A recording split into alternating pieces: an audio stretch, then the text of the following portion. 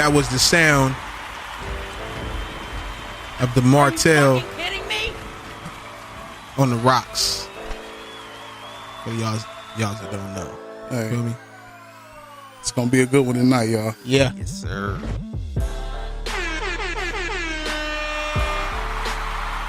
And the beat does it all the time.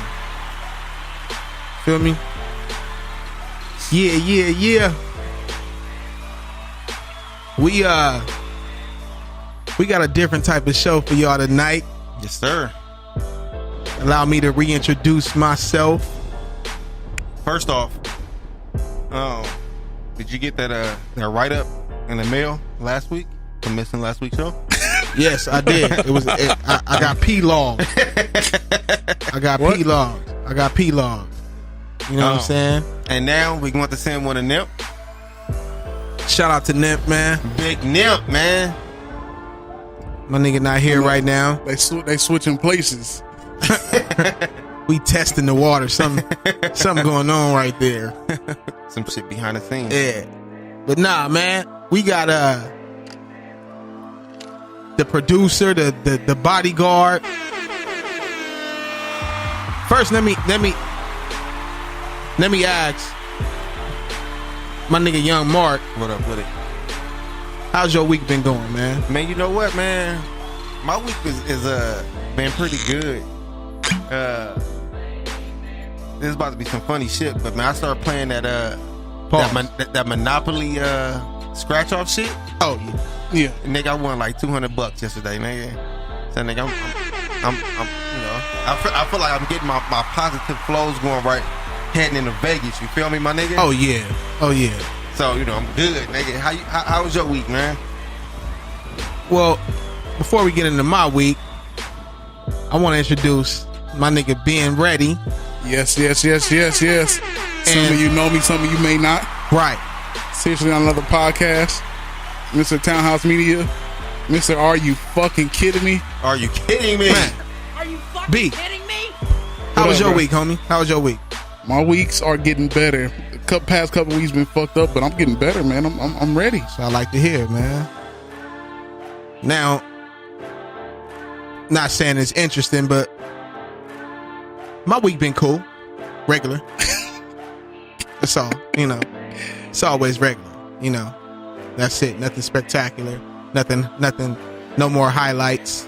Nigga getting old now, so you know I do a whole lot of chilling.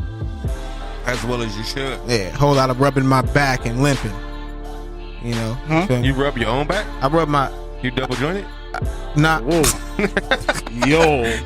I think my hip, I should say then. Oh shit. I hold my hip, and I do a lot of limping. Oh, okay. You know what I'm saying? But yeah. Welcome to No Rules, y'all. Oh yeah, all day. This episode is gonna be very interesting and very powerful. I'm looking to lose some friendships after this episode. Yo. This is the first time we actually had a pre-production like conversation. No shit, huh? Is it? Yeah. Really? Yeah. We stupid. We stupid as fuck. Yo, we had a pre-production conversation and that shit was live. Like I wanted to start recording at 8:30. That's like how real it was getting in here. Man, we irresponsible, man. We fucking up, man. I know we should have started it then. Look at that. It was a heated conversation going on. It was very interesting, man. You know, but let me start off with saying this, man. I before we get into the smoke, the shits, and the funniness, bless you, my nigga. Thank you. That was him sneezing. He sounded like a little bear. Nigga said a cup. Where's the Kawhi laugh on that, man? God, I can't, man. Fucking up. I had to bring it up. Shit, man. I gotta be late on that shit on myself, nigga. It's easy to do it when y'all doing the show. That's funny. But nah, man. On a serious note, real quick, man. Like I said before, in some prior episodes, you know, I don't follow the news and stuff like that for my own personal reasons. But I did hear about the excuse my ignorance. Is it the mask or mass? Mosque. Mosque. See, I was even that. But yeah, no. I heard about the shooting, man, and what was interesting was one of my homeboys had put up a post. Who's, like I said, he's like I said before to the listeners that don't know, I have a friend who's heavily into church and with the church community, and he had wrote a post on his Facebook saying that he feels that good church people and good guys should carry guns, a firearm, to church, because the shooting I later on heard and found out happened at a church. And I know this is not the first one. Right. So that got me, man, knowing that, you know, shout out to my homie David if he's listening. That, because I know that guy is really in the church. He's one of those guys who, you know, he started from the bottom. Now he hit now, but he started from the bottom. He turned his life around, and you know, he's about his family, very focused. I definitely love and respect this dude. And to witness him, you know, write that, I was like, dang. And he even said, he was like, you know, he felt that a couple of members of his church and people that follow him and he follows was going to get offended. Because, you know, when you hear, you know, anything related to a gun or about a gun, it comes with a negative definition. Right. You know? But how y'all feel about that, man? And how y'all feel about the shooting? I saw the video, man. The video was crazy. Man, I couldn't watch the video, man. Mm. I my stomach wouldn't let me watch it. I couldn't do it. But as far as the carrying of guns, I feel like as long as it comes with them being trained to use it, then I can agree with that. Because if you just have like these good people having guns, that can make the situation sometimes worse because they just shooting in nervousness and not, you know what I'm saying? They not, Yeah. they not really. Guns don't kill people. Stupid motherfuckers who Right. with guns kill people. Right. So you know what I'm saying? That can be kind of tricky. Yeah. You know what I'm saying? Yeah, man. Hey, Nympho on the message boards, he said Christian people with guns equal slavery or oppression. Why is Nympho in the message boards? He's supposed to be sick. He called in sick. What you doing, Nymph, man? A nigga got caught on Prices Right on his sick day. He called in after he got called at the Dodger game. Oh, man. He said, what did he say again? Repeat that. Christian people with guns equal slavery or oppression. How you feel about that, B? I don't know what he's talking about, but as far as the situation with the mosque, Mm-hmm. you know, we had multiple church shootings. We had church bombings. You know, just like the one in South Carolina, I believe, when the white boy went in there. Yeah. A couple years ago, right? Yeah, he was in there for a few hours shooting people and shit. You know what I'm saying? So, Shooting for a few hours? Well, he was in the church. I don't know. He was shooting for a few hours, but he was in the church for like an hour or two. Damn. You know what I'm saying? He went in there. It was daytime. He came out. It was nighttime. Right. Wow. You know what I'm saying? So, having guns to protect, you know, anything, like this is the same thing as your house. Oh, yeah. You gotta Absolutely. have a gun to protect your house, you know, and then if you're religious, you don't want to get caught lacking, you know what I'm saying? Like, and even on the video was fucked up. The video looked like Call of Duty. Yeah. First person shooter. Yeah. You know what I'm saying? And the crazy part is that it was one point where he walked in shooting. Well, first of all, he walking down the street and the dudes outside see him with the gun walking in. Mm-hmm. They just look like, oh, what the fuck this nigga doing? You know what I'm saying? And then, excuse me, he go in there and start shooting. And then there's one where a guy ran past him. He tried to run past him. And instead of he ran past him, he hit the gun. Hit the gun, tried to run past him. Mm-hmm. And the dude, when he went by, he shot him. Now, Oh. now mind you, dude got an M16. Right. it's hard for you to shoot somebody like close if you up on them. Yeah. Like you have to do some awkward ass shit like this. It's not like having a 9 or a revolver where you just go like this. So that dude, when he ran, instead of running past him, if he would have tackled him, a lot of people would have been saying he could have tackled him fighting. Other people came, they could have blew that fool brains out all over the floor. You know what I'm saying?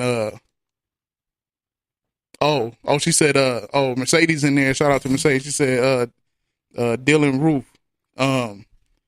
She said went in, sat in the back during Bible study, and then opened fire as people were praying and departing. Oh, so he was already in the church, and then he had waited till they started praying before he started letting off. Wait, he was a part of the church? No, he probably was just. He probably was just in there like he was like a visitor. A visitor. Yeah. We welcome you. You know, singing that shit, and then he started letting off. I'm not supposed to laugh at that. I don't mean, my fault. No, I'm saying I only said that because I remember I went to a church and they sung to me because I was the visitor. We welcome you. I'm not laughing. That's why. I guess Will taking he taking nymph route tonight. Nah, hell no. Shout out to Nip, but I definitely understand the seriousness of it. I just that's why I brought up was he a visitor or something, whatever. Hey man, fuck y'all, man. Shit. Them motherfuckers sound like a horse. Man, put me on the spot like that. Nah, man. I'm not supposed to be laughing at that. But I wasn't. My bad. I wasn't trying to. But yeah, nah, man. First off, rest in peace to the people, everybody who lost their life at that. Yeah. At that, in there. Did y'all see that? Did y'all see that kid who slapped the senator? Oh, with the egg? Yeah. Because he was trying to say something about the shooter was.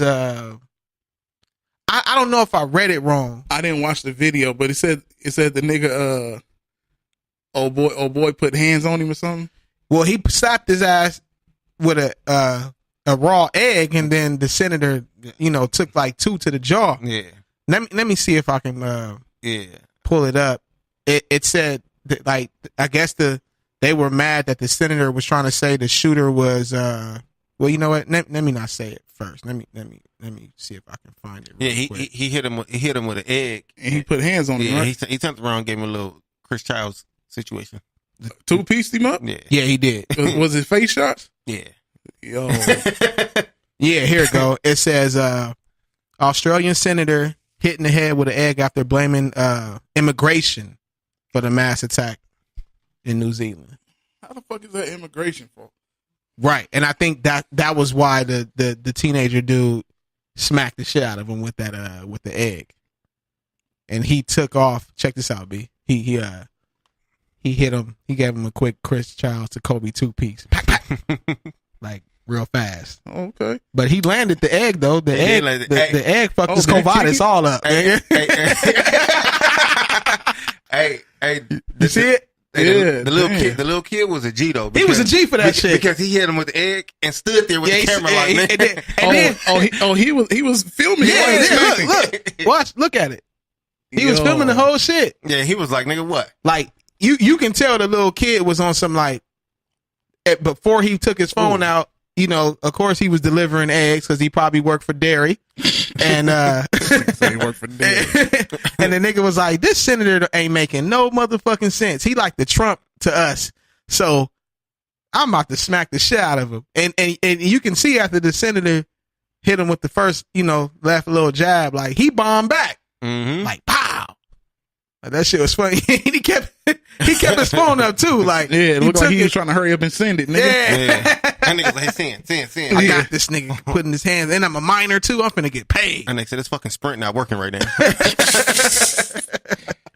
Yeah, man, that shit was crazy, man. But when I watched that, when I seen that video, man, I was like I said, I try not to pay attention to stuff like that because, like, don't get me wrong, I have people that tell me all the time, they be like, "Well, man, you got to watch the news and you got to stay alert." I'm already alert. I've been alert since January 12, 2014. So shout out to Tash. Yeah, you feel me? So I I just try not to watch that stuff because It's so much negativity. Yeah, man. and let me. I don't know if I'm the first to say it, but I'm gonna admit it pumps fear and nervousness, and I don't like to walk around paranoid. So, especially with me having my son, I'm all like I said, I stay on alert when it comes to him and when it comes to myself. So I'm protected. My house is protected, but I try not to watch that type of stuff because I'm like, I don't want to be at a park. Let's say it's a park shooting, but it can happen. It's a park shooting. I take my son to the park, but then I'm telling myself like, yo, Will, grab your strap. Grab a couple of your straps because something might happen, Allegedly. No, I'm grabbing the strap. Allegedly. No, facts. Both of them. The twin Glocks, and we on the monkey bars. I'm letting Taz do his thing while the twin Glocks is tucked. It's tucked. But that's only because, and that's my point, if something like that happens at a park, like, you know what I'm saying? Yeah, but see, the thing is, what Marq was saying was the people that have these guns, are they qualified to shoot? Can you sit and shoot the motherfucker without shooting the kid that's running away with their parents? Well, I always say this, man. You know, like how I did. It started off as a fantasy to me with guns. As a hobby? No, as I got older, it became a hobby. Right. But it started off as a fantasy. And what I mean by that, it was just something fun. I didn't study weapons.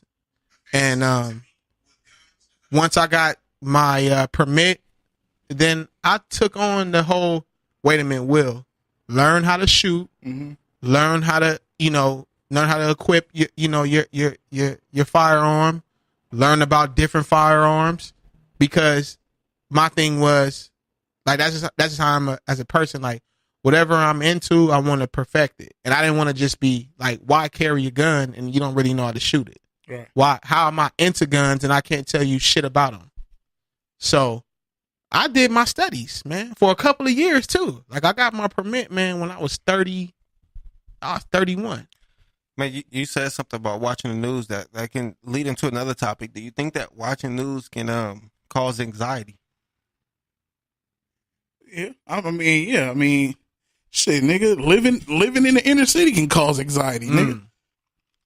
Shit, I went to get my brakes done by my coworker Saturday, and I had brought the wrong brake, so he let me use his whip to go to AutoZone, and I'm going to AutoZone in Gardena off of Crenshaw.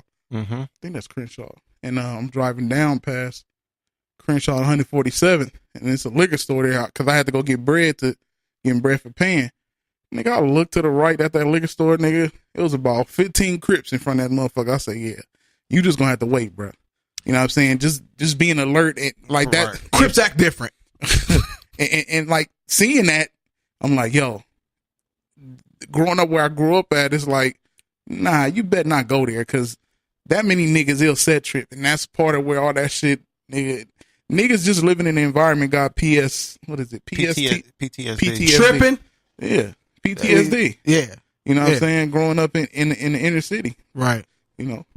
So, of course watching it, nigga. Watching it and growing up in the inner city have a nigga fucked up. Right. I agree with that. I can agree with that. Yeah, I do think that a lot of people who grew up in the inner city do have that PTSD or, anxiety. Yeah. Yeah, man. That shit is, like I said, that shit was crazy, man. That shit was crazy, man. I swear, like, when somebody sent it to me and in the message said, hurry up and watch this before they delete it. It's deleted now. Yeah. And I swear to God, I'm like, it was just crazy how it looked like a video game. And whoever this person was just letting off. And it was sent in our we have a message group. It was sent there, and I just couldn't watch that, man. Like, that shit was sickening to me. I couldn't watch that shit. My nigga Marq said my stomach wouldn't let me. Nah, man. You had to doodle? I probably would have if I would watched that. So you watch crazy violent shit and got a shit? You said that nigga get shot in the head? 1 second, I'll be back. It's anxiety, my nigga. This nigga Mark, my nigga Mark got a weak stomach, man. He can't watch violence and not without having to take a doo doo. Nah, man. Nah, man. That shit trash, man. That shit crazy. Yeah, nah, I feel you, man. Nah, it was scary to me. Nah, did you pee on yourself? Nah, it made me that like I said earlier, like I had a couple of seconds of just being paranoid. Yeah. Right. Like I was fuck, like you know what I'm saying? Like god damn, especially I don't know about y'all, but since I've become a father, it's like for some reason when I see any type of tragedy or anything that makes me sad, I think about the future, like our kids. Yeah. And you know what I'm saying? So like when I saw that, I was like, oh my God, what if a church, I had just been telling myself the other day, like, and peep this, that's what really got me. I had just told myself the other day, like, I was chilling. I was like, Will, man, that's smart. I caught myself at I said, I think I'm getting a little bit older and mature because I was like, I'm gonna find a church this weekend and I'm just gonna go. Right. I'm just gonna walk into a church, peep it, see what's up, whatever, and kind of let it soak me in. You know what I mean? Right. And I told myself that a couple of weeks ago. I hadn't acted on it, but then I seen this, and I was like, "What in the heck?" You know what I'm saying? Like, do you think that was a sign for you not to? Man, there you go with that, and right there, that's my point. Like, I don't like to be, superstitious on stuff, but I do that a lot. Like, yo, shit, is that a sign? Like, right? Like, I don't know, but I know that I don't want to be paranoid, and that's why I stray away from a lot of stuff. I know about stuff, but I stray away from it. Like, I could have just heard about the shooting. You know what I'm saying? Because I know what I'm going to do regardless. I know how I'm going to carry myself in these streets, right? Regardless of what happens. I know what I got, what I need to protect, what I have to do to protect it. Right. And I'm not just saying stuff physically, financially, all that. So, when I seen that, I was, I got a glimpse of being paranoid. Yeah, like I said, paranoid in the inner city, nigga. I could be coming home, nigga, and be like, and if a car turned down the same street I turned, I said, all right, I'm about to go straight past my house, nigga. I'm gonna bust this right. This motherfucker bust a right with me. I'm out of here, man. But see, I think we all do that because that's just a product of our environment, though. That's what I'm saying. Yeah. Hey, you know what, man? Y'all niggas right now just bless me with, y'all just let me know I'm not crazy. I swear to God, nigga, since I became a homeowner and I go home, I do that at least once a week. And every time I do it, I think about Benny Siegel's song, Feel It in the Air. There's a part in the verse. Song. Yeah, no, it is. There's a part in the verse where he's saying like, man, am I paranoid because, and it's in the video. He's like, when I go home, I'm driving home and I feel like I'm being tailed, and I can even see my kids playing in the front yard, and I'll pass them up just because a car was behind me who I caught in my rear, following me, or I thought following me from the time I got off the freeway. And it turns out that they needed to make a left at the end of my street. Yeah. But you had to pass my house to get there, and I did it, and I made it right. But see, that for me is a whole different story because, without going into too many details, I've been through that where we was followed and, some unfortunate stuff happened. Mm-hmm. And so now everywhere, anytime I go anywhere, I always take different routes. So I remember one time I was taking Nip home and Ill Will, and Nimp was in the car laughing at me like, nigga, you just passed up, like you just went in a big ass circle. And in my head, I'm thinking, no, I always take different routes because I that's just how I do things. I don't know who it is that's behind it. I don't know where they've been. You know what I'm saying? That's what I'm saying. I always do that. Cause you can. It's like, nigga, if you about to try and tell me and shoot me, you gonna have to shoot me while I'm driving. You're not about to get me while I'm getting out my car. Mm-hmm. You know what I'm saying? You follow me, I get out my car. One, you know where I live at now. You right? And you gonna try and clap me in my driveway? It's Right. not happening. And that's my thing. So asking y'all, do y'all think that's normal, or y'all think that's just a product of our environment and where we come from? It's definitely not. It's normal to us because we grew up in that. Yeah. But if you ask somebody who didn't grow up around that, They think we crazy. they think we're crazy, and they think that we overthink and we overdo things. You know what I'm saying? So to us, it's normal. Mm-hmm. Yeah, nigga. It's Especially, normal to us. So I would think you crazy if you don't think like that. yeah. And you live in a bad neighborhood, nigga. Yeah. You Well, can't reach- and see, and that's why I asked y'all that, because with me knowing where I moved, it's a, you know, my neighborhood is decent. It's cool. I like it. So it's like, I'm trying, I don't want to, lack of a better term, like, you know, I don't bring the hood, you know, to where you to are. where I'm at. Right. So sometimes I'll be like, damn, you know, I guess that saying is true. Like, you can take the boy out the hood, but you can't take the hood out the homeboy. It's like, I try to tell myself, like, Will, man, don't think like that when you get off the freeway. And 100% of the times that I've done it, like I said, I at least do it once a week.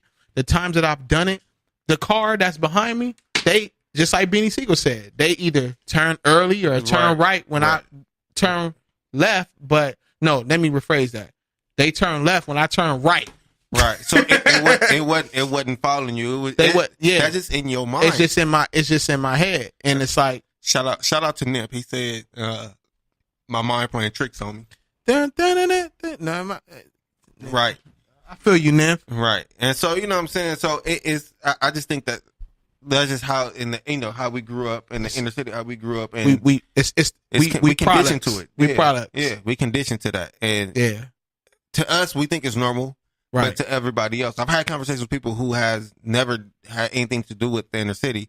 Yeah. And when I tell them my point of view, they just be like, that shit's wild. Like, Right. I don't understand how you can live and how you can go about life like that. And I tell them, I don't know how you can go about life by not doing like that.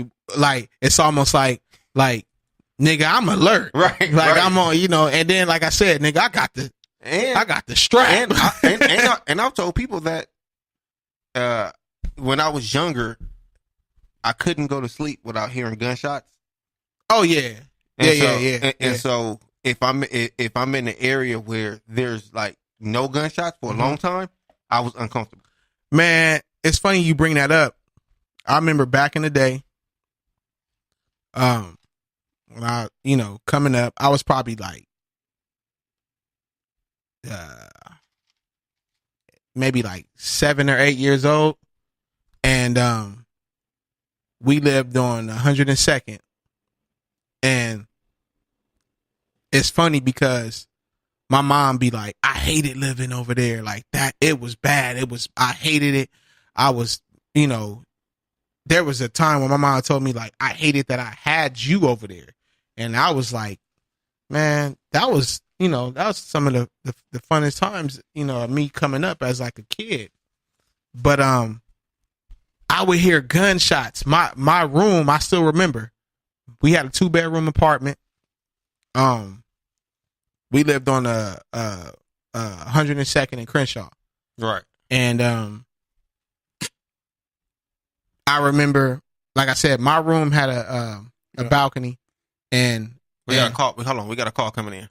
nigga, so what, nigga? I got something to fucking say right Hold now. on. You gonna don't cut me off? Not you, but the caller on my shit. No rules. Bitch. What's going Nah, on? but No rules. I can't hear shit. What's up with it? What's going on, yo? Big Nip, what up, Oh, dog? and this nigga gonna, and then this Nip gonna call in like wait, what's going on, y'all? Who the fuck calls in to work and then calls Man, the job? nigga, hey, Nip, when you come back to the show, you are getting P-Log, nigga. You getting P-Log. Hey, first of all, I didn't call out sick, man. I was out doing some community service charity work, man. Oh, okay. Waiting I know for you the- didn't, man, but it sounds good for the fans. You feel me? We having a joke for the podcast right now. Hey, I'm allowed to defend myself, man. Go ahead. What's going on, Big Nip? I called in real quick, man, because what you guys was talking about the Turn it up. I can't hear him. About the way you conduct yourselves when you're driving home and you're getting close to the house and you see a vehicle that might be that might have been behind you. Well, you know what I'm saying? Wait, Nip, hold on, man, because we can't hear nothing you saying. Hold that thought. Hey, our producer fucking up right now, man. Go ahead. What's up, B? Go ahead, Nip. If he ain't talking, I can't hear you. Can y'all hear me now? A little bit. Go ahead and talk. Go ahead, Nip. All right, what I was trying to say was that you guys was talking about, driving home and, you'd be looking up for certain cars who seem like they behind you for, unannounced period of time or whatnot. It's not crazy growing up the way we grew up. It's a self-defense mechanism, Yeah. We all seen this stuff. We all been through stuff. And it's part of survival. Just like Mercedes said, if you're in the South somewhere, the area is filled with KKK people, you go look over your back and, be looking out for certain things that might be KKK-ish. You know what I'm saying? So it's the same thing about the areas where we grew up. And back to what Marcus was saying, where we grew up, man, it was like a blood neighborhood and a Crip neighborhood passing a tree, passing a certain street, which I'm not going to yell out. But my best friend, he stayed on the same street that we stayed on, but on the other side of the street. And, we had a situation where I dropped my boy off, and there's a car in front of me at that particular street and ready to turn left. They started to turn left. I continued to go straight so I can go to my house, and they just turn right behind me. Yeah. Like truck turn left, we turn right behind his car. And so me paying attention to what was going on, I go past the house and do a U-turn at the first street, Denver. And as soon as I do a U-turn, they stop. And they just happen to be in front of the house. I'm not sure if these people thought they was lost or whatnot. But as we approached the house, these idiots started shooting at my car with bullets. You see what I'm saying? So this is the story that Marcus was talking about. And it's not an easy story to tell. Yeah. But I did go back, and other people in the neighborhood found out what happened. And when word got around of where that vehicle was parked at, I'm just going to say that allegedly these people were never seen again.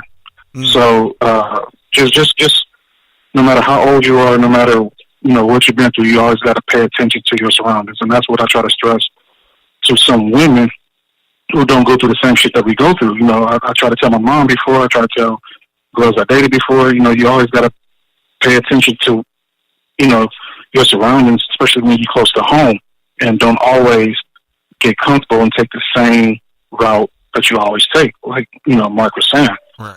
And that's part of survival, and that's one way that you can give yourself an upper hand and an advantage of surviving that particular situation. I mean, you can't survive what happened, at the mosque in New Zealand or whatnot. Yeah. But certain things you can give yourself an advantage of, in this day-to-day struggle, Right. Right. Yeah. So, and with that, like I said, I mean, I was raised on that. My brother's on the phone now. I was raised on that to not always hit the same route home, to always be aware.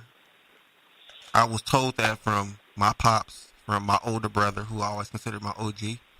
And then just growing up over there. Yeah. I mean, because you never know, unless you know them, Right. you don't know who they are. So you always got to be, unaware. yes, and just in case there's some idiots that's out there listening, I do have a new brother and sister for my Glocks that I have at the house, and I welcome any challenge that you give me. And I've been trained plentyfold in how to shoot guns and certain things when it comes to guns. So I welcome the challenge. Hey, Nip, the point is, if you don't mind me asking, what number you got? what number do I have? Yeah, on your What Glock? on your firearm. I have a couple of Glock 17s, and I just bought me a Smith & Wesson 9mm. Ooh, That nigga the Terminator. Hold on, I'm about to show you. He just sent it to me. I'm about to show you. I'm man. about to show Ill Will now. I just blessed myself with a 23 the other day, man. I'm good. It's for the house. Oh yeah.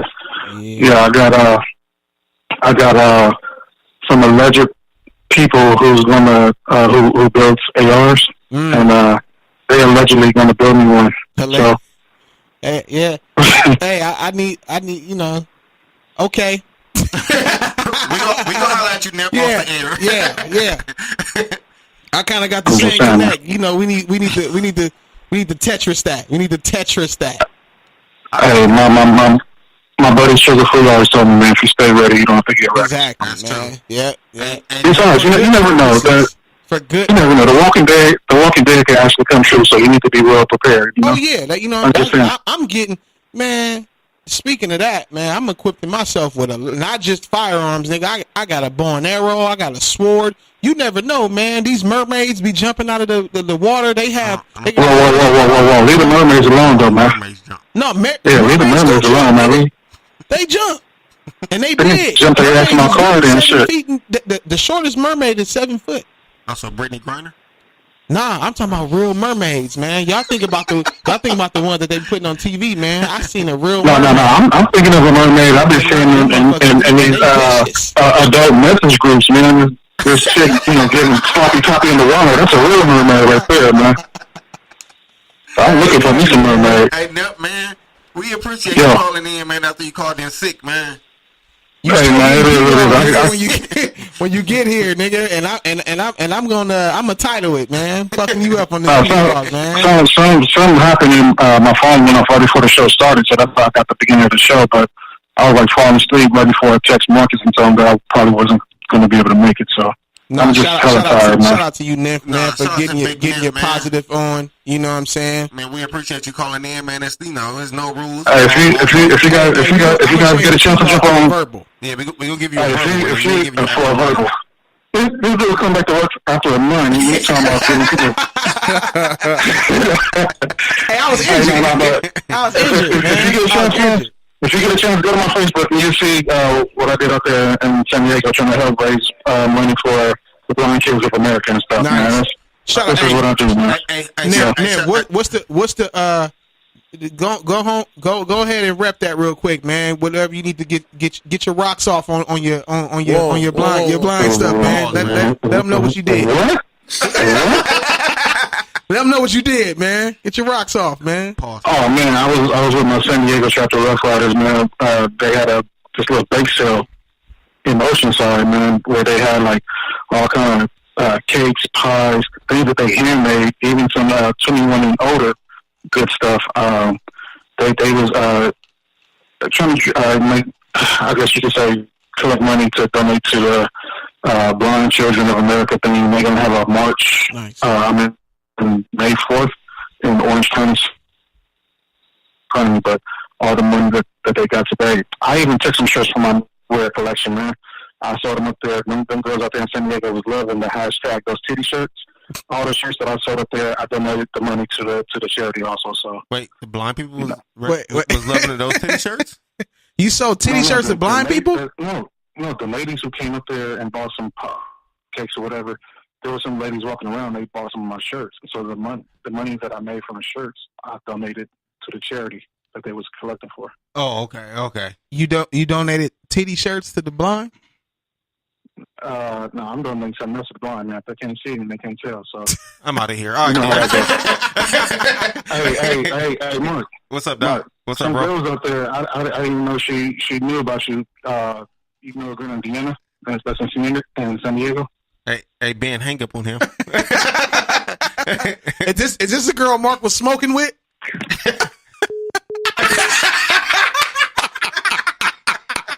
Yo, Nip is hilarious, man. Oh, man, shout out to Big Nip for calling in, man. Yeah, man. That was fucking funny, man. That nigga Nip stupid. Hey man, so off that topic, man, I like I said, I want to say rest in peace to everybody who lost their life out there. Yes, sir. New Zealand? Yeah, New Zealand, man. You know, if you know what to do with your gun, I suggest you carry it. Make sure the serial number's not scratched off. If you go carry it in your car with you. Or if the serial number is scratched off and you let off, just dump that shit in the water. I'm not. I'm just saying. I'm not. You gotta know what to do when it's time to do what you gotta do.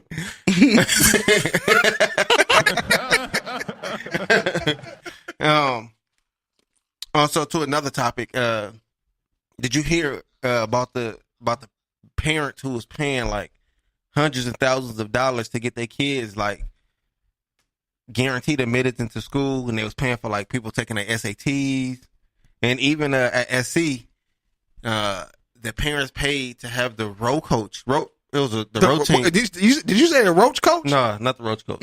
No, the row team, right? Yeah. Paid to have their daughter say she was on a team, and she never even. Yeah, they basically was you had somebody that was doing I think it was a cricket team, cricket. Basically every sport that they played, they didn't play. It's even videos of one of the girls saying like she don't even want to go to USC, she want to go to ASU because it's a party school. She don't care about school. She just want to go to school to party. She want the college experience. Yeah, she just want the college experience without the education part. She just want to party. Yeah. Wow. And it's remember Full House? The show? Yeah. It was Aunt Becky. Yeah, the one that was what was the dude named the wild one? Wait, time out. Jesse. It was her husband. Jesse's girlfriend? Yeah. The girl that played in Rad? Yeah. What was that? Yeah. Oh, yeah. I'm clashing. Y'all might have flew over y'all head. We're going to see what class it is later. Okay, motherfucker. We got a couple minutes before we get over there. I got you on that, though, nigga. Hold on. Just wait, y'all. For those of y'all listening that don't know, this nigga got me. B is the only nigga that has got me in a couple of years now on some hip hop shit. I forgot. Yeah. But I got you back in the same day, nigga. I got you back. Nim said the end of this dick. I knew that. That's what's up. I ain't even gonna finish that right now.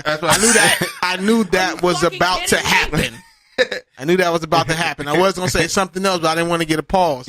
I knew that was about to happen. You about to say you knew that was coming? I ain't got a what or a pause in 2 episodes. You haven't been here. That's why. Motherfucker. You got to be here to get it. Pause. Whoa. See, there you go. There you go, man. Shoot your own gunshot on that. So, man, like, how you feel about that, Will? About the parents paying? Like, let me ask this question, because $500,000 might not have been a lot to them. So let's say, wait, what you mean? What? $500,000 or how much of it was paying might not have been a lot to them. That $500,000 was for two kids. So, wait. Hold on. I need to understand this.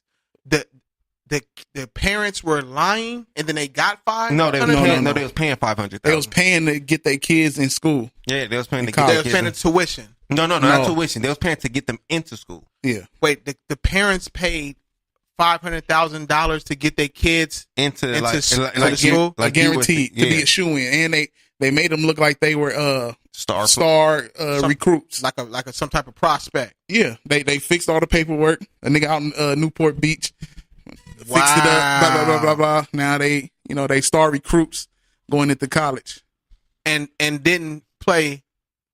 Didn't play a lick of shit. Lick of the fucking sport or none of that. All they played was a lick of the dick. So they got the scholarship, basically. Yeah, pretty much. That could have went to someone else who actually deserved it. And you said it was old girl. I mean, over the top again. Old girl from Rad. She was one of them. She was one of them. It was a wife. It was her kid. It was one. Her daughter. It was one. I think she had. It was two of them. Two of them. Two kids. And it was one of the wives on the Housewives of, was it Atlanta or something like that? I don't know what the other one. I never knew, but whoever she is, she's a celebrity too. Yeah, it was one of the Housewives on one of them shows. She was on there, but the chick who was married, who was Aunt Becky, or on Rad, her husband is. You remember them T-shirts from Target, the Massimos? No, it was a brand in Target, Massimos. That was her husband. He created that brand. Yeah. Yeah, they got bread. They got bread. Yeah, they got loot. Yeah, they have bread. Yeah. Sadie said, "Fuck those parents." The whole story makes me mad because I busted my ass to graduate with 3 degrees on scholarships while they got their hands. So let me ask you this: how you feel about that? Because it's a 2-part question. Hell, Yeah, that's crazy. That's crazy. I'm not surprised though. I mean, it's been going on for years. Yeah, I'm about to say, I feel like that's been happening. I got a relative who got a job a couple of years ago when I was younger. He's much older than me. I was probably like 23 at this time.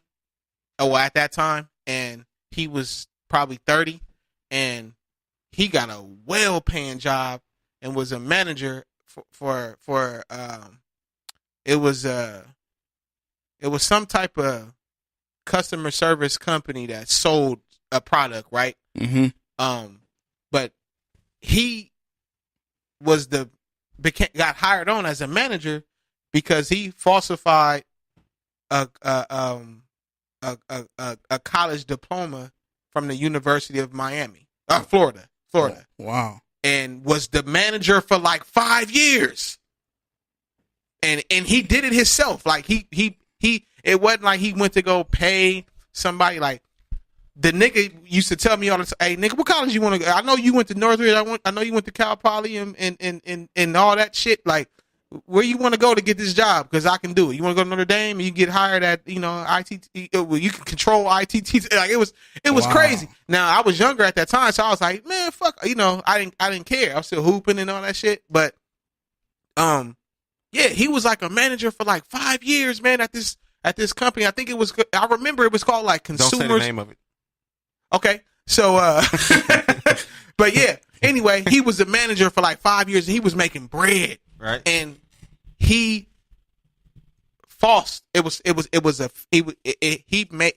it to where I don't know how, but they believe that he had whatever degree and major, whatever, from the University of Florida, man. So let me ask this: do y'all have a problem with what those parents are doing?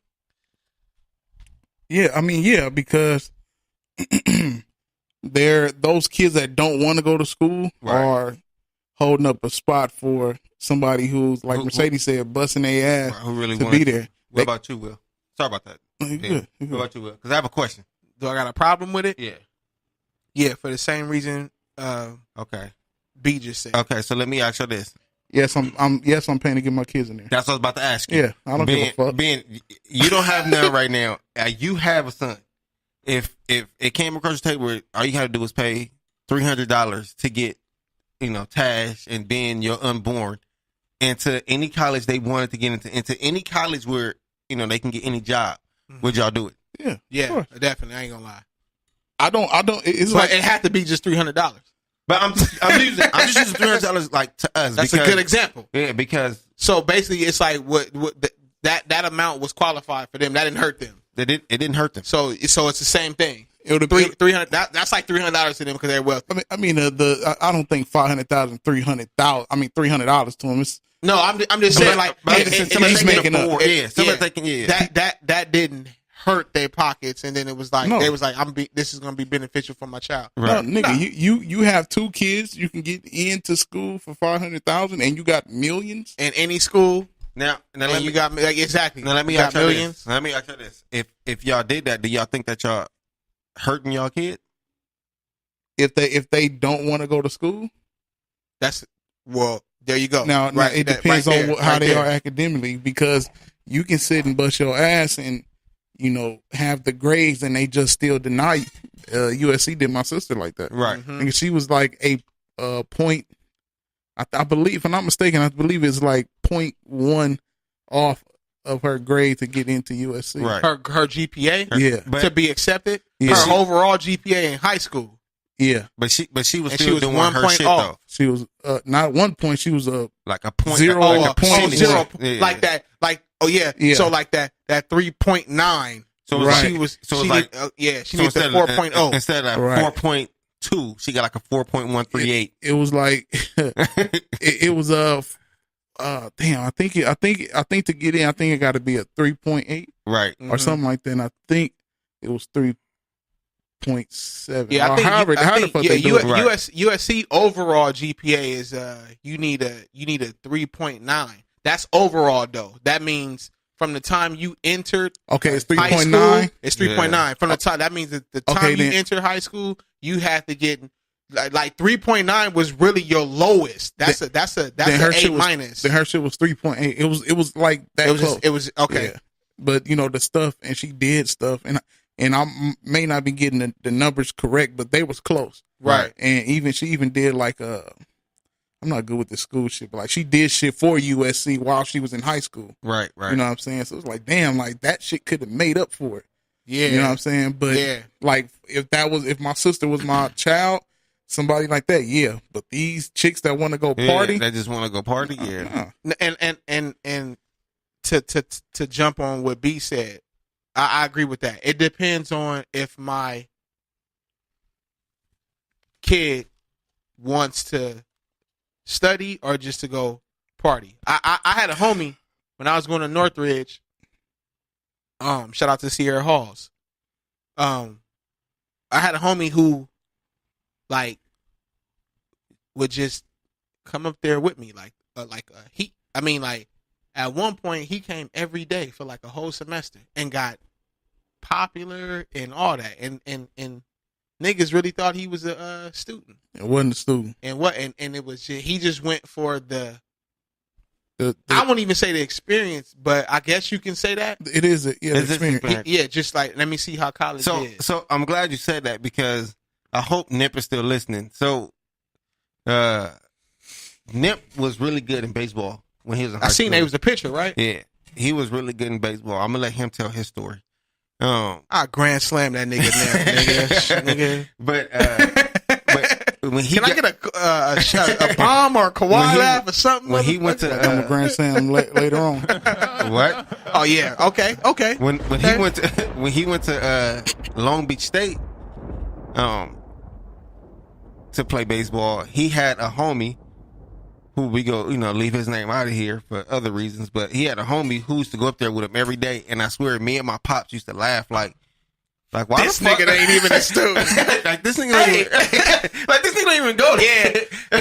Hey, the homie. I don't want to say his name either, man, because he's so popular right now, and so many people love him for his realness.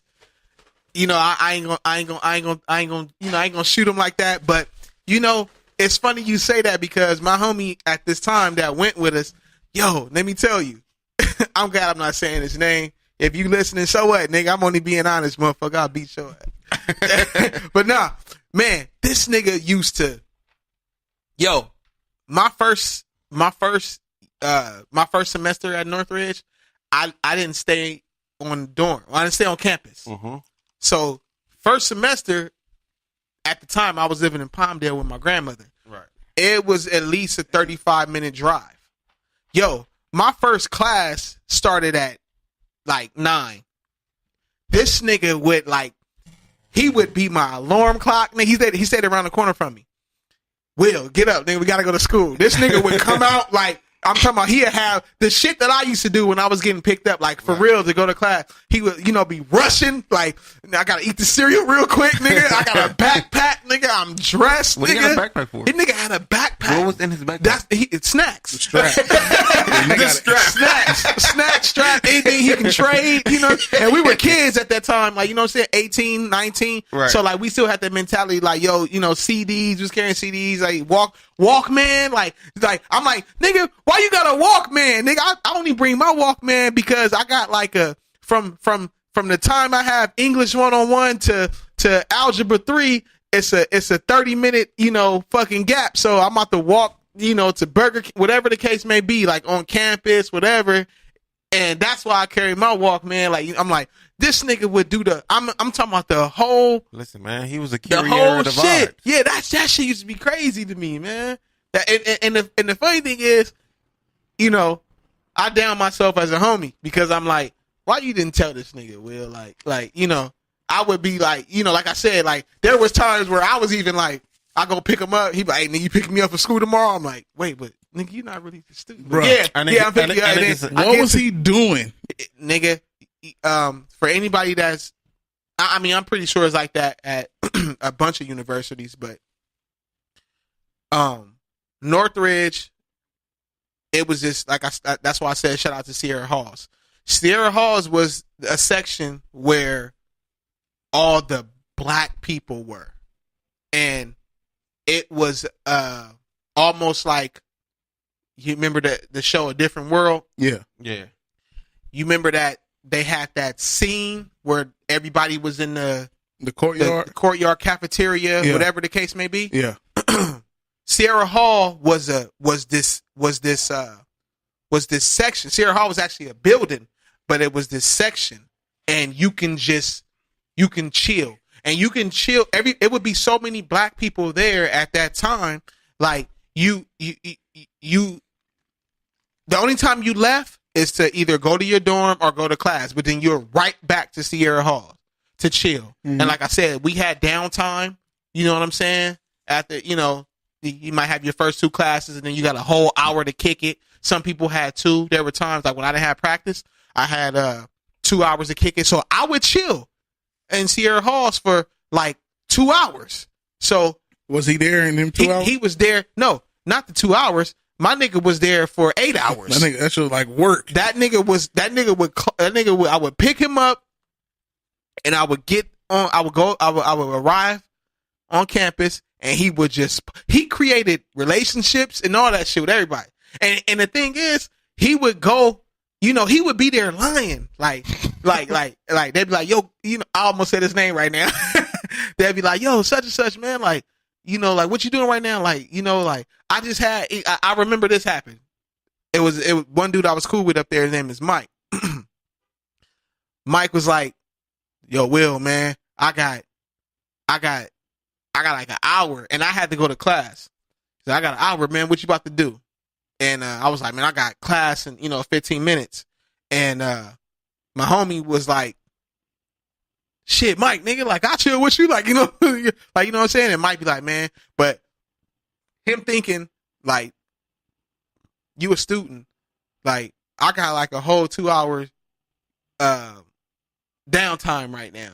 So he was assuming my homeboy didn't have that much time because he was thinking that he's a student and he has to at least have class within the next like 30 minutes or an hour. Right. And the homie was like, nah, I'll chill with you. Like, because this nigga didn't have no class. Like he wasn't a student, but he was fully prepared. He was dressed. He had the backpack. He would walk in and out the library with us. You know what I'm saying? He would get on the computer to go on. This how long ago it was.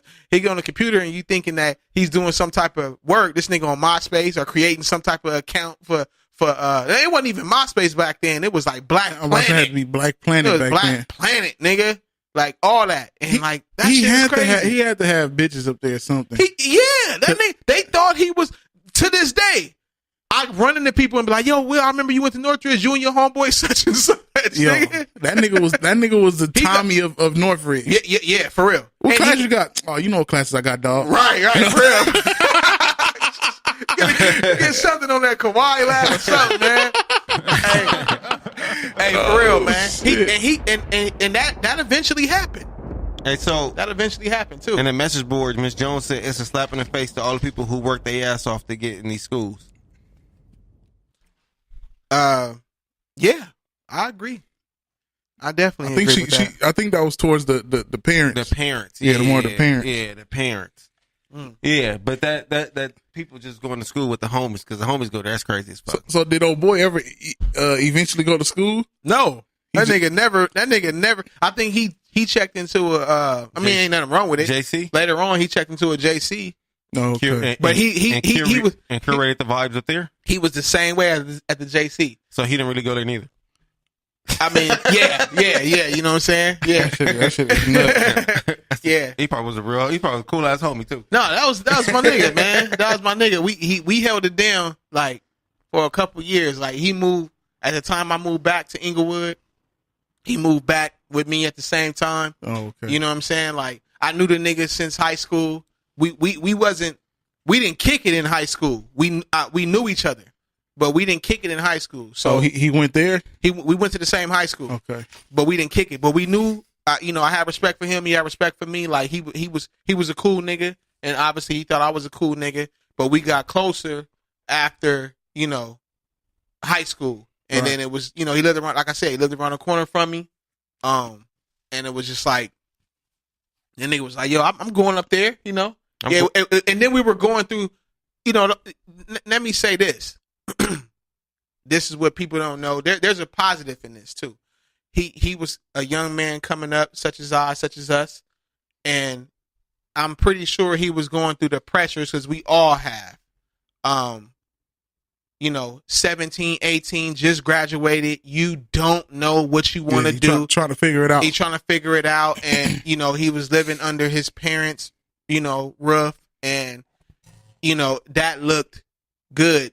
Like my son is waking up every day to go to school, and all that. And as let me say this too, as an adult, he's a dope ass dude.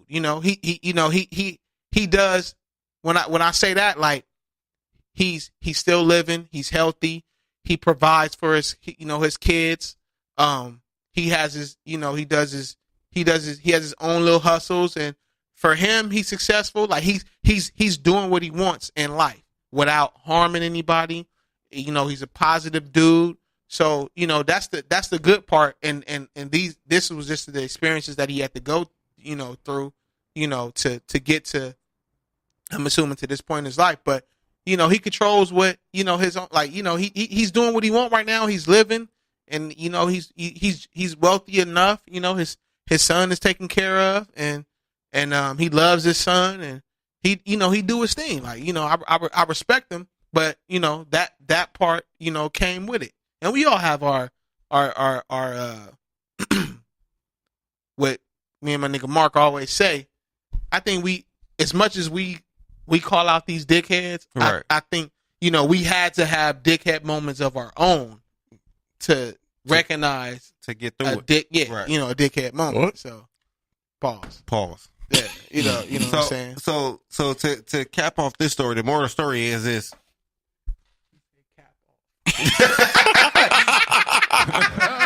Why you cover the mic? You should have just said because now B know who it is. Wow. So wow. No. Look at his face. Look at his face. So, yeah, man. Yeah. You know what it is. You know what it is now. Y'all gotta relax. Yeah, that's the homie though. Man. That's the homie. Wow. To end this topic, the moral of the story is fuck them parents for taking away other kids, but if we can do it, we'll do it ourselves. No, I ain't saying fuck them parents. I'm saying, damn, that's fucked up, but I understand. Yeah. I get it. I mean, but one of her daughters didn't even have to go to school. She already had Sephora. She already had endorsements. Yeah, she had a Sephora deal, right? Yeah, Sephora. Yeah. She had a bunch of endorsements already. So she just paid for the experience, basically. No, the mom. No, that's what I'm saying. Yeah, the mom just paid for the experience. I'm just about to pay for. She's already had almost her own bread. That's almost like an implant. Like, I'm gonna pay to have big titties. Oh shit! Right? Well, she was paying for big titty experience, right? I want to have a big titty experience. I mean, that's not. No, I'm saying that's fucking kidding me?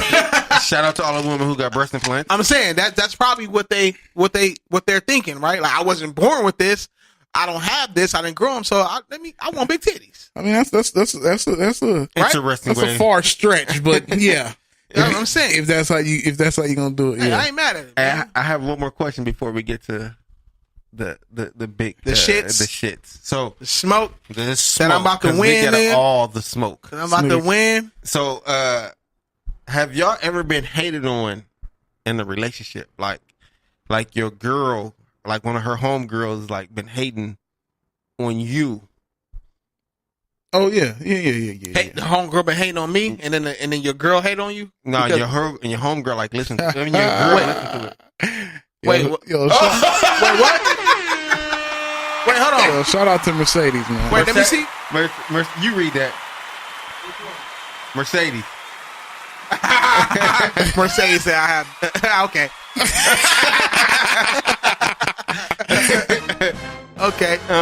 Okay. Yeah, so I'm gonna tell you a story. Prove it. The email is townhouse media. No. Townhouse media now at gmail.com.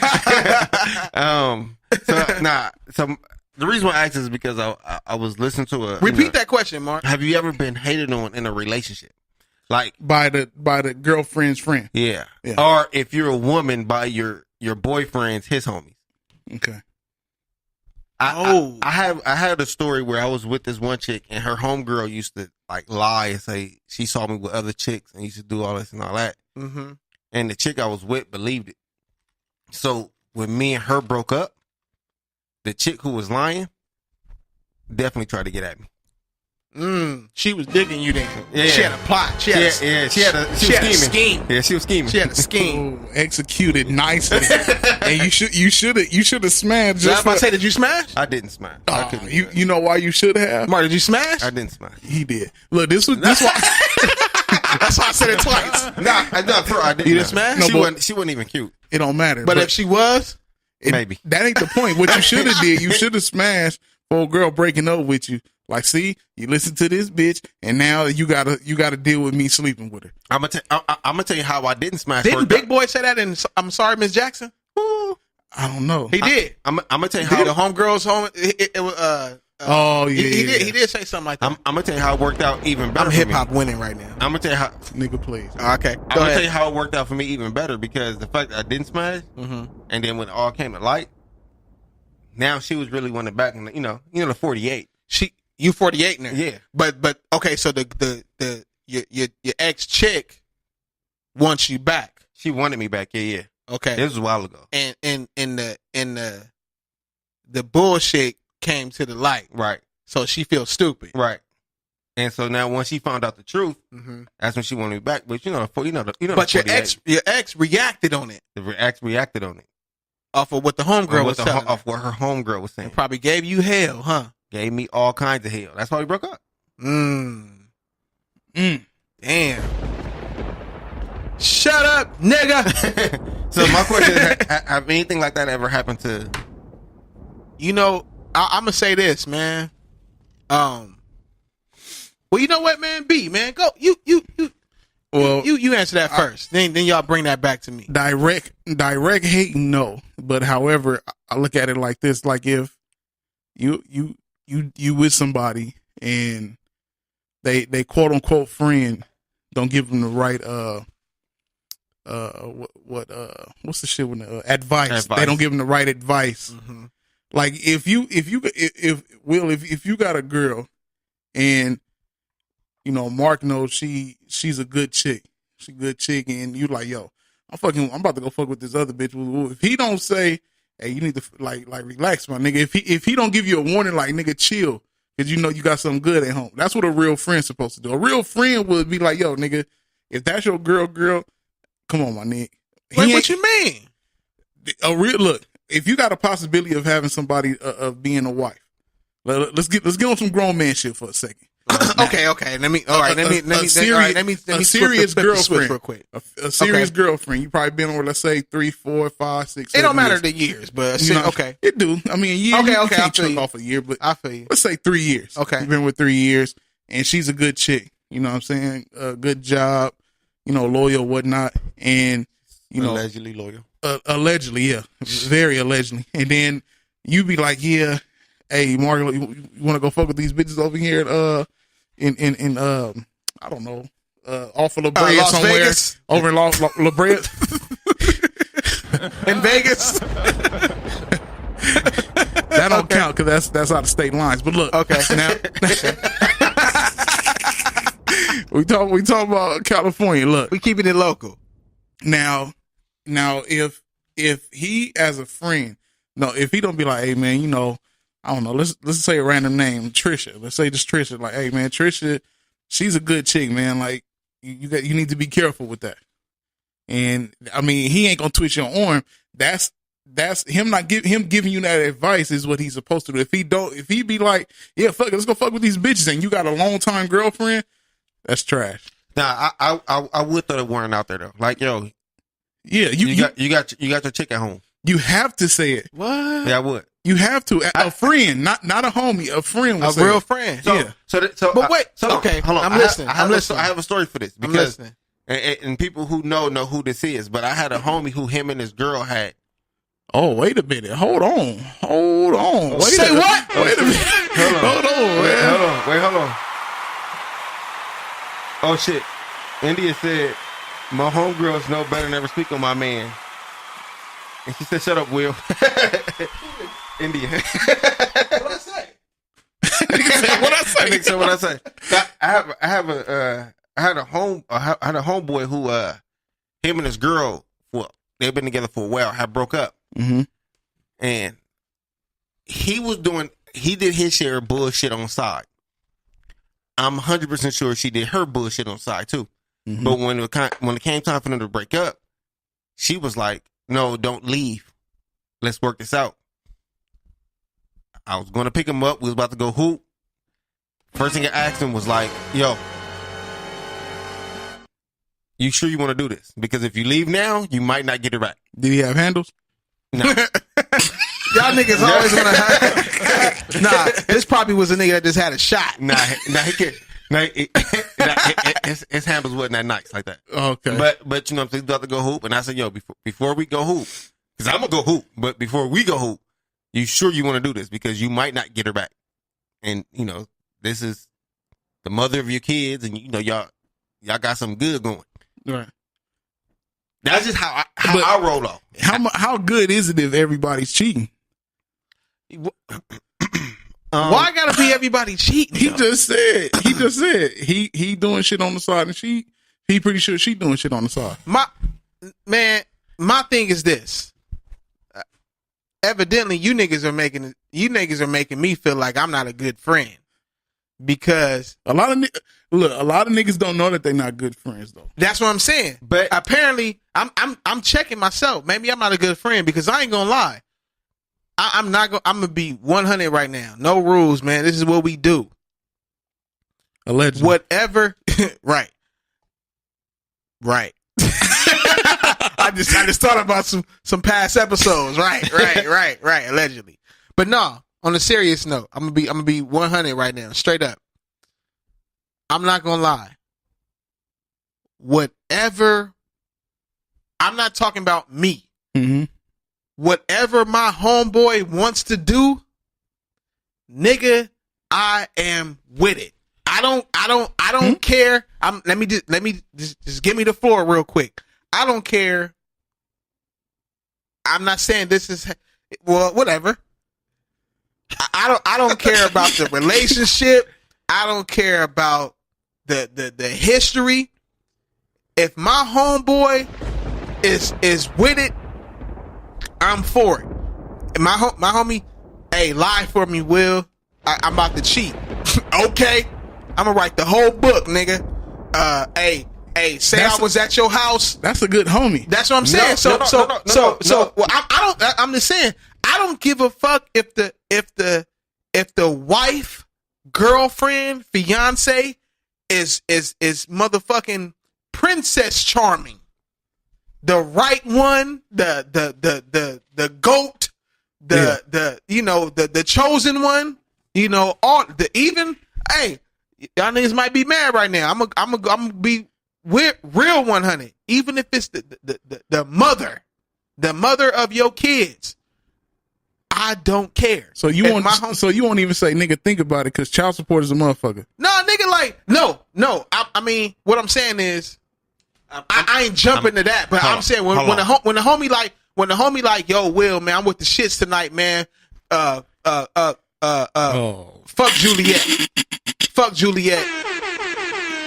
You know what? Wait, hold on.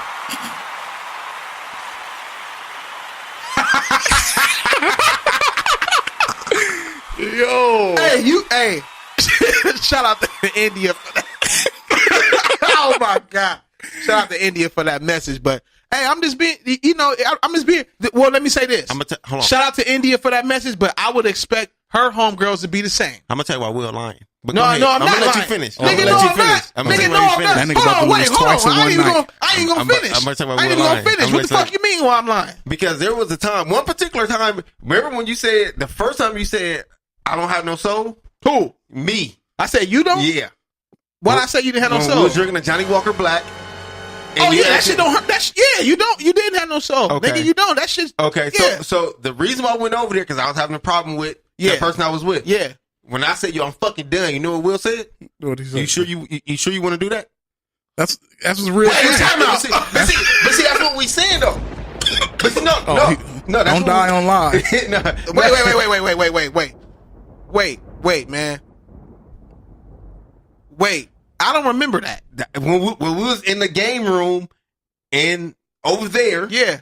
that's what you sure you want to do that? And I was like, I'm done. Nigga, I probably said that because you gave me that fucking drink, nigga. Nah, don't try to clear No, that. I'm saying. See, this is what I'm saying. No, though. I'm saying.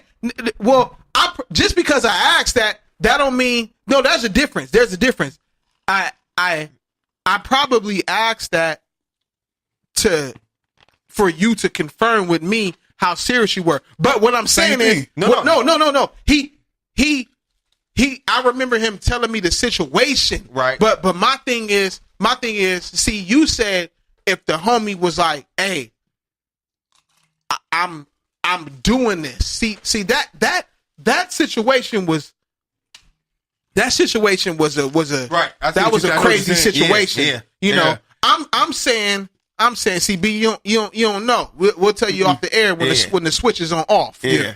But that was a different type of situation. But I'm still, my dynamic is what I'm saying is if the homie just tell me, you know, like, hey, I can know, like I said, I can know the chick is the one, the wife, you know, all that, the baby mom, the mother, whatever. But I'm just saying, once my homie tells me his decision, like, yo, I'm with the shits, then I'm with the shits right with him. If my homie is like, yo, I'm with the positive right with him. You know what I'm saying? That's what I like. I'm not gonna talk you out of nothing that's what I'm trying to say. I'm not gonna talk you out of nothing that you want to do. Oh no, it's not about talking out. See, with me, it's more like, yo, I want to make sure that like this is a well thought out plan. Like if You're confirming with me that it's well thought out when you tell me I'm done. No, if you say, yo, I'm about to go to, when we go to Vegas, I'm about to go run through everybody. We going to Vegas, right? And I know you have a chick that was like cool and you know what I'm saying, and I know was good for you. The first I thing ain't stopping you. I'm not even questioning you. No, I'm not gonna stop you. Hey, I ain't even questioning you. You want to do this? No, I ain't doing that. I ain't doing that, nigga. You have to understand. Do you feel there's a difference between a homie and a friend? Do I feel what? Do you feel there's a difference between a homie and a friend? Oh yeah. What the fuck is this? Oh yeah. Okay. So you understand, like, you want your friend to make all the right choices in life. Nigga, what makes, see, that's see, man, that's my point. Well, this is what I'm saying, not my point. This nigga got a glow in the dark donut. He holding his hand right now. Y'all niggas gotta see this shit. Yo, what it's the some fuck? bullshit, man. Mark, you fucking around right now, man. Get that out of his face, man. Man, get that shit out of here. This nigga, see, and y'all want to talk about our friendship. This nigga gonna put a glow in the dark donut in my face when we trying to have a real conversation about how we are as friends. He gonna put a glow in the dark donut in my face right now, man. I don't know why the fuck Ben got that. Yeah, but you the one playing with it, nigga. Pause. All right, y'all. I know this they show, but time to get up out of here. But no, what I'm saying is the I'm cut from the, you know, I'm really, you know, I'm about my homies, man. That's just, I didn't You have can be about your homies, but with the friends though, it's a difference. But there's no, who am I to tell him or any one of my homies, excuse me, what he's doing is wrong if it's not causing, you know, my thing is, if you ain't abusing nobody, if you ain't murdering nobody, It could be mental abuse. man, we gonna go through that as the second we touch the light, we going through that. So Okay. that has nothing to do with the relationship of, you know, your homies. So what I'm saying is, if you ain't murdering nobody, man, and you ain't touching no kids, and you ain't on the other side, I'm just like, yo, who am I? Who am I? This is what you want to. There's a reason why you want to do this anyway. Let's put the shoe on the other foot. Say you engaged, right? You engaged. Me. Yeah. Okay. You engaged. Bachelorette party. Your fiance's there with her homegirls, and they got the stripper there. And she tell her bridesman, like, yeah, I'm thinking about sucking the stripper's dick. Nigga, that's what I'm saying. Are you cool with your fiance homegirl saying, yeah, girl, get it in, do what you got to do? Dog, I'm gonna be 100. Yes, because I know I have a homie that's gonna do the same thing to me. I know. See, people. So that people make like it cool to because you got somebody that's gonna do the same thing. No, I'm not saying that makes it cool, but what I'm saying is, I'm going off of reality. 9 times out of 10, I mean, hey, I don't give a fuck because I ain't married. But what I'm saying is, to some people, that last party is yo, I'm about to get off. There's a lot of people that stray away from that, but that's facts. I've been to, some whatever they call bachelor parties. Yeah. And I seen the whole speech. This was my queen to be. They had all that shit and all that. But that night before, nigga, when we was at that bachelor party, or fuck that bachelor party, nigga, when we was just chilling the other day, nigga, I'm just being real. Damn. So I know that I've also been around some females that it's the same way. Like, that's hey, true. You know what, man? This was my last time. Let me say this real quick. I remember there's a chick that I know invited me to. She invited me to her wedding because we were cool, but we were so cool. She told me, "Hey, man, it's gonna blow y'all niggas' mind. The chick, is married right now. Been married for over 10 years. And we knew each other. Mm-hmm. We knew each other since grade school. And told me there was a time we lost connection and all that. The husband, they got 2 beautiful kids.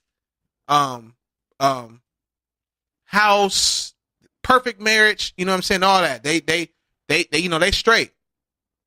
But she told me, and like I said, invited me, wanted me to shake the husband's hand, invited me to the wedding and all that, off the strength of, like the husband knows me as, oh, that's her, you know where y'all was cool, whatever. And you slept with her. But the thing is, why you gotta, man, this nigga beat, man, allegedly. But no. Are you fucking kidding me? No, on a serious note, the chick told me, and this is the honest to God truth. I had no idea she had any interest in me. I had been knowing this chick at that time for over 10 years. I've been knowing her longer than she knew her husband, okay, who was like the one to her when they first met. But she told me, like, hey, Will, since I got with him, I've never cheated. I never thought about cheating. None of that. The whole 9. And was like, before I get married, can you have sex with me? Because I've always wondered that. And like, wanted me to fake and be like the stripper for her bachelorette party. Oh, you was gonna strip at the party? No, fuck no, I wasn't. Wait, you stripped at the party? No, nigga. What? This nigga jump out the cake? No.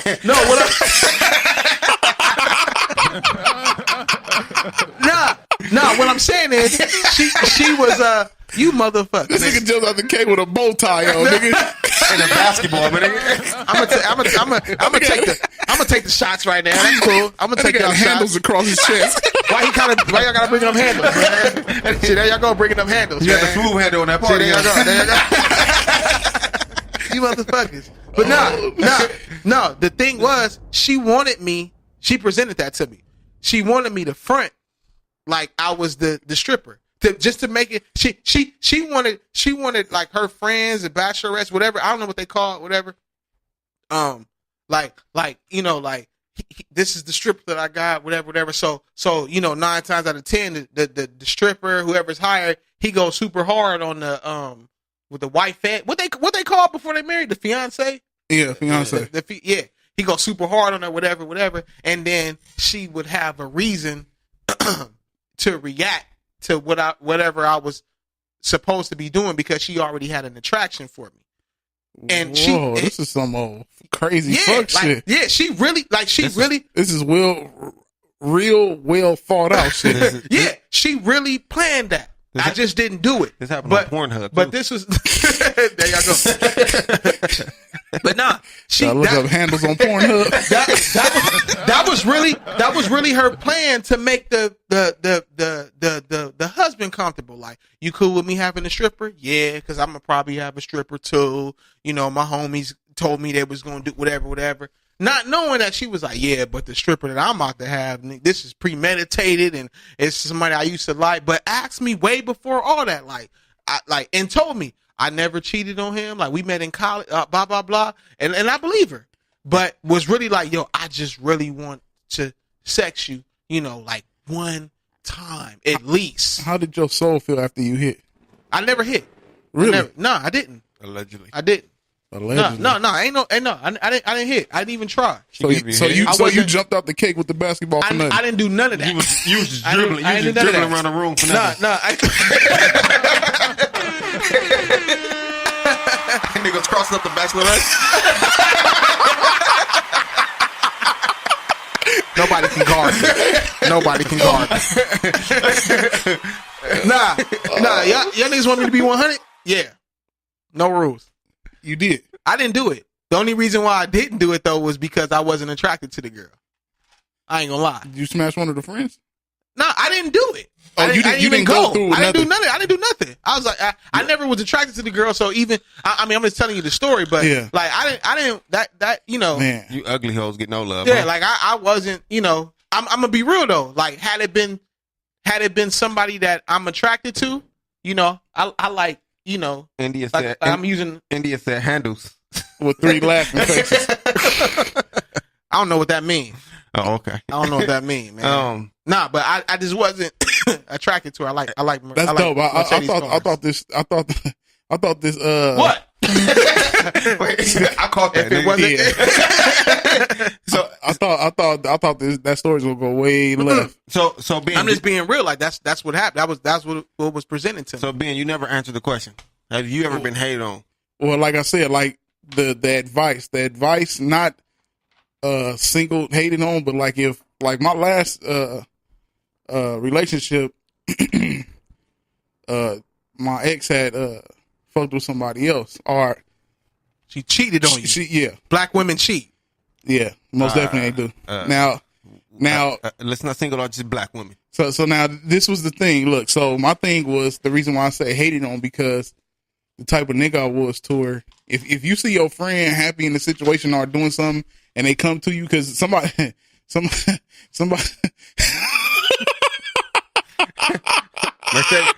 Mercedes said what?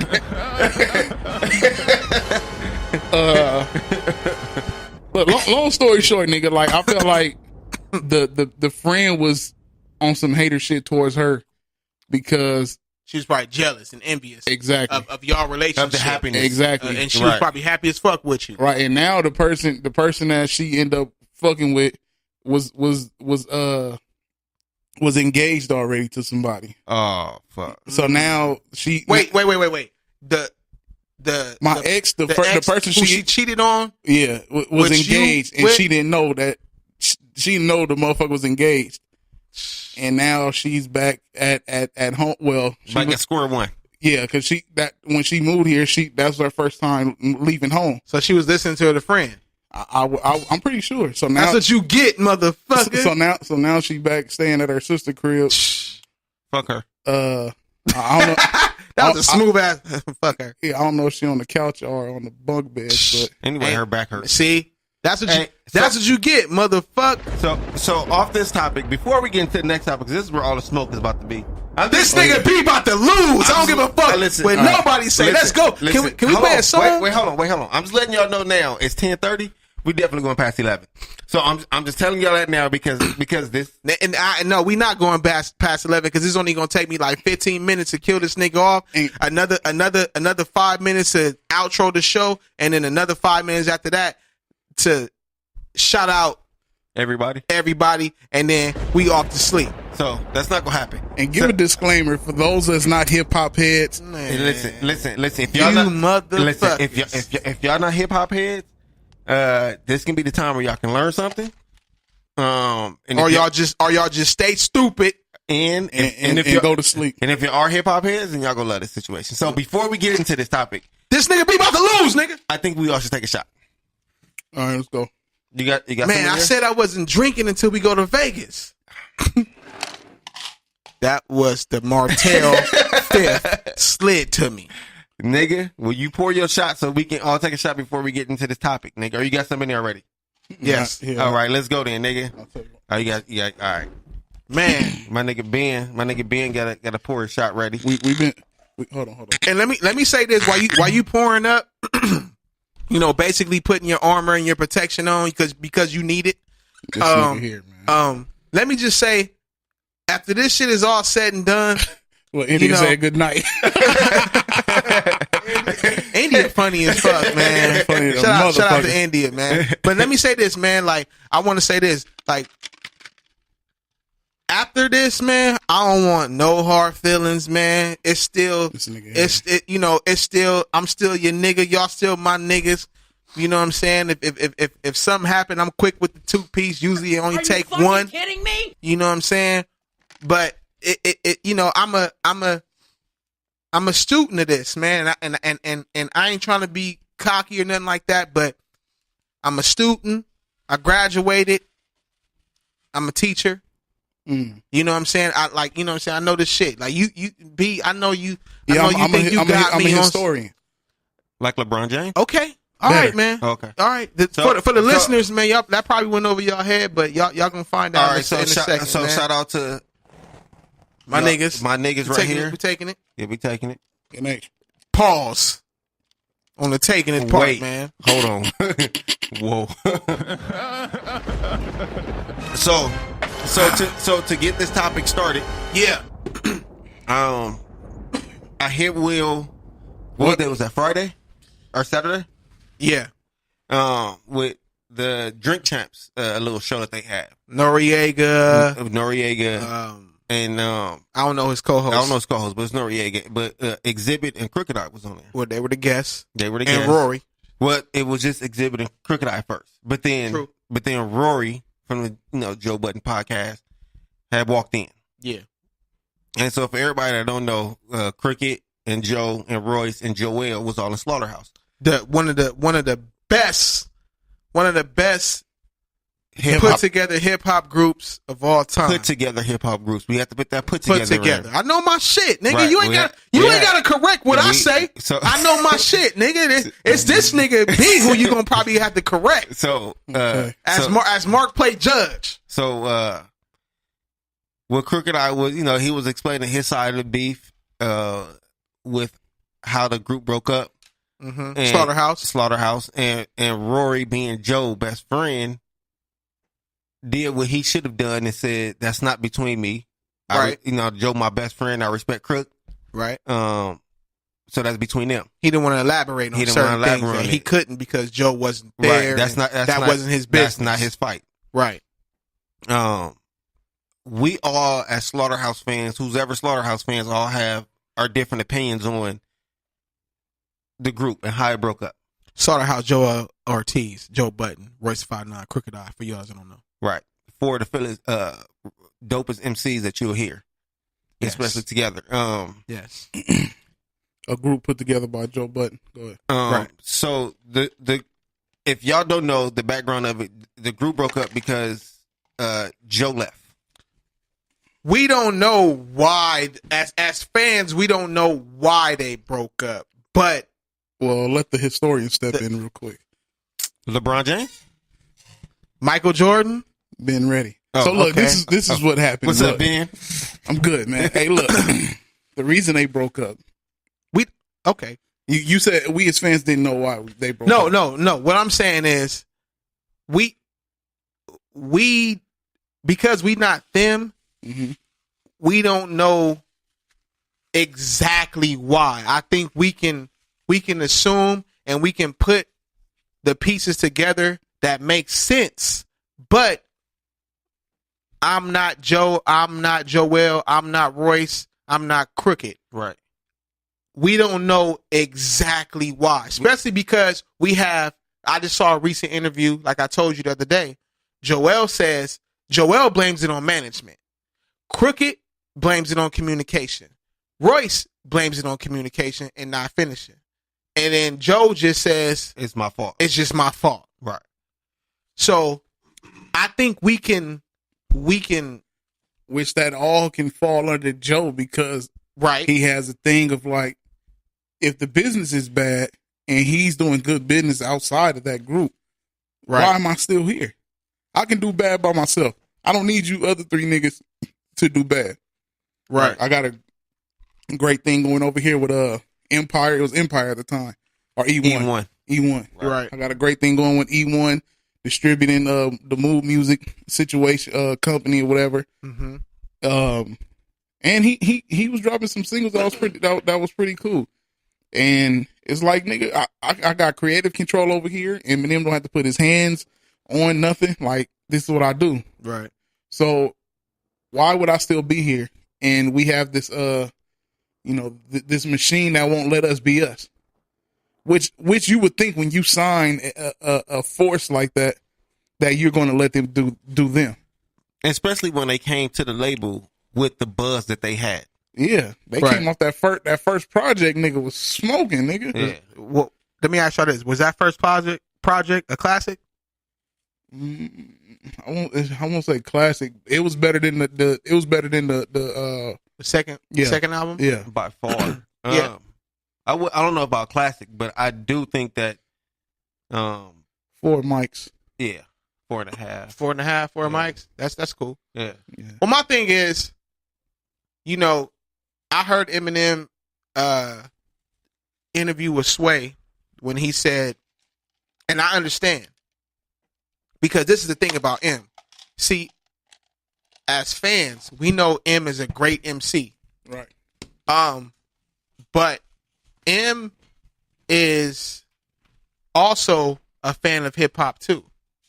And he has his, believe it or not, he has his humbleness. Right. So I heard him say, and I understand why. He said he felt like Slaughterhouse could be the greatest group ever because he comes from that cloth of MCing and originality and creativity. And he also comes from that era where, as far as groups, it's always some type of lack. Somebody in the group is better at this than the other. Right. So he felt like Slaughterhouse was basically picture perfect because, like I said, they were a put together group. These dudes were individual MCs. As individuals, they conquered the respect that they needed as far as being lyricists in hip hop. Right. And forming that group helped a couple of members. More than others. Right. So I'm not mad at Eminem looking at it from a fan's, perspective. But he also used from not the first album, but the first album that came out when they signed to Shady Aftermath. The formula. I think you guys need to sound like this, which Right. draws to Joe saying, well, I'm not saying he said this, but I have a feeling Joe was like, no, and your sound hasn't been good in in a couple of years now. You know what? Even that, I might even say M sound haven't been good. Joe said it. I right? just don't think he said Eminem sound. What Joe was saying was Eminem with his music, like the albums he's been putting out, hasn't really been good for the past decade. But that's the thing that Crooked was saying. That's just an opinion. That's not because when you throw in decade, that's not true. But you can't say that's not true because there's some people who don't. If you ask me, throwing decade. But see, if you ask me, decade is 10 years. But if you ask me, right? If you ask me, Eminem last really good album was Recovery. No, but what I'm saying is this, though, Mark. Yeah. No, but okay, even that. But what I'm saying is decade is 10 years. Mm-hmm. Joe said that when?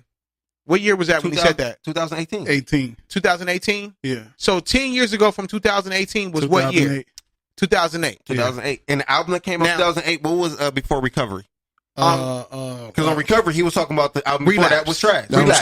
Relapse. And Eminem said the album was trash, which it was. Relapse was trash. All right. But Recovery wasn't, and Marshall Mathers LP 2 was not. I don't think the album was trash. I didn't like it, but see, I told you that I didn't like it though. So I mean, I liked a few songs on there, but overall, but you said there you niggas go. But man. See, it's all there you niggas go. And Ben is a big Eminem fan. Super. Marshall Mathers LP was trash. Like Part trash. 2? Yeah, that shit was trash. I say about 4 songs was cool. Oh, to me, man. like to me, and so, but what Joe was saying is what a lot of people has been saying about Eminem. So it's not just Joe's opinion. It's a lot of people has been saying about Eminem. But that's not fair for him because it's like in 10 years and from 18 to 2008, Eminem put out how many albums? The Marshall Mathers LP. You said from where? From 2008, because Joe used from 2008 decade, to 2000. From 2008 to 2018, Eminem put out what? 3 albums? Fat said Marshall Mathers LP 2 was dope.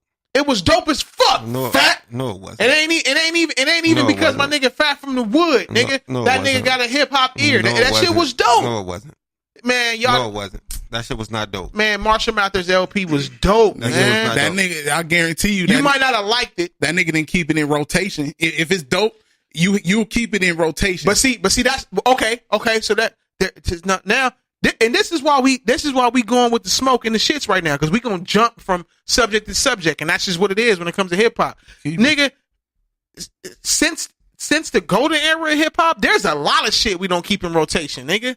Not just our favorite MCs or who we think was the GOATs or who we came up with. There's a nigga. Some of my favorite albums I don't keep in rotation. But see, like it's almost like it's fair to say this. It's just like this. The Chronic is a classic. Am I right?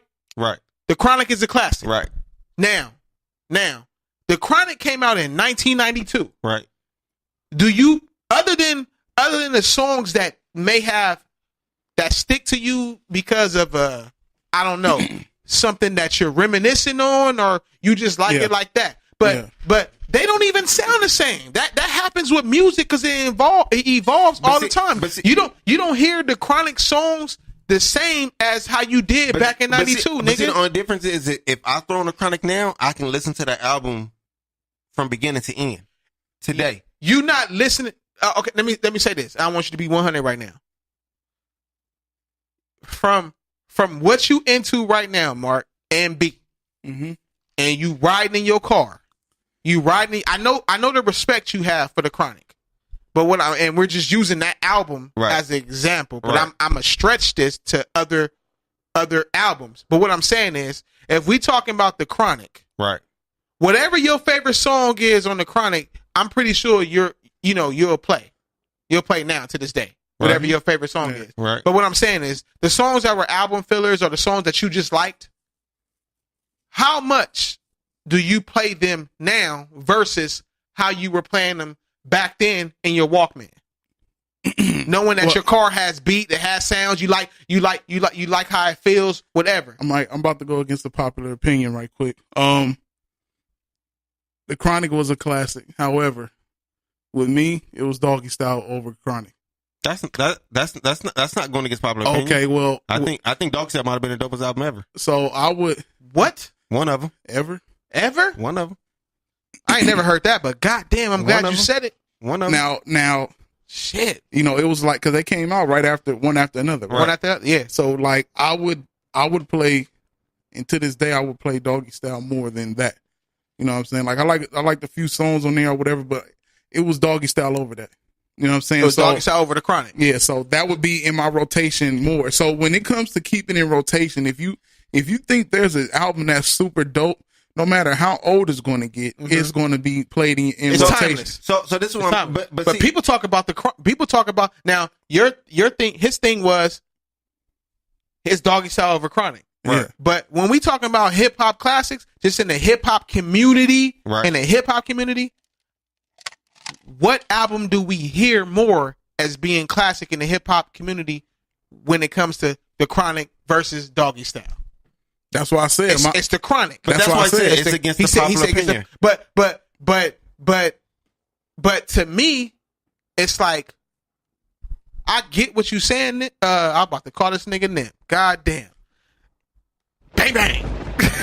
I get what you're saying, B. Fucking kidding me? And but when you Chronic is not doper than Doggy Style. Chronic is doper than. I was just about to say that Chronic is doper than Doggy Style. No, it's not. Yeah, it is. It must be an Inglewood thing going on. No, hell no. No, it's not. Chronic is doper than Doggy Style, nigga. No, it's not. Man, y'all niggas is tripping. And Chronic is dope, but Doggy Style was just that shit. This is what I love about hip hop, but y'all niggas is tripping. The Chronic is. I don't trust Fat Music because he listen to King T right now. King T don't got a classic, and I understand what you're talking about. Wait. He don't have a classic Almar song. A classic album. We ain't talking about. There's a bunch of classic songs. What's his best song? King T? Yeah. Oh, he ain't about to name him. I got him. I got him. There you go.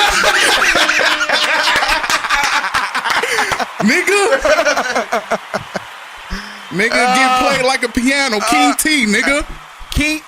King T best song is probably his single. Why the man? Nah, y'all niggas gave me that shot. Nah, fuck that nigga. I just said his best song. He said get played like a piano. No, that's King T's best song. That shit was dope. What Fat say about that?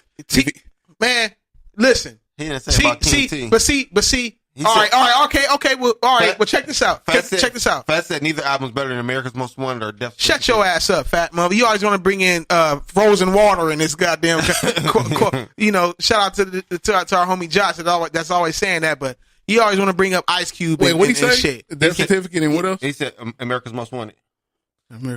The Chronic is better than.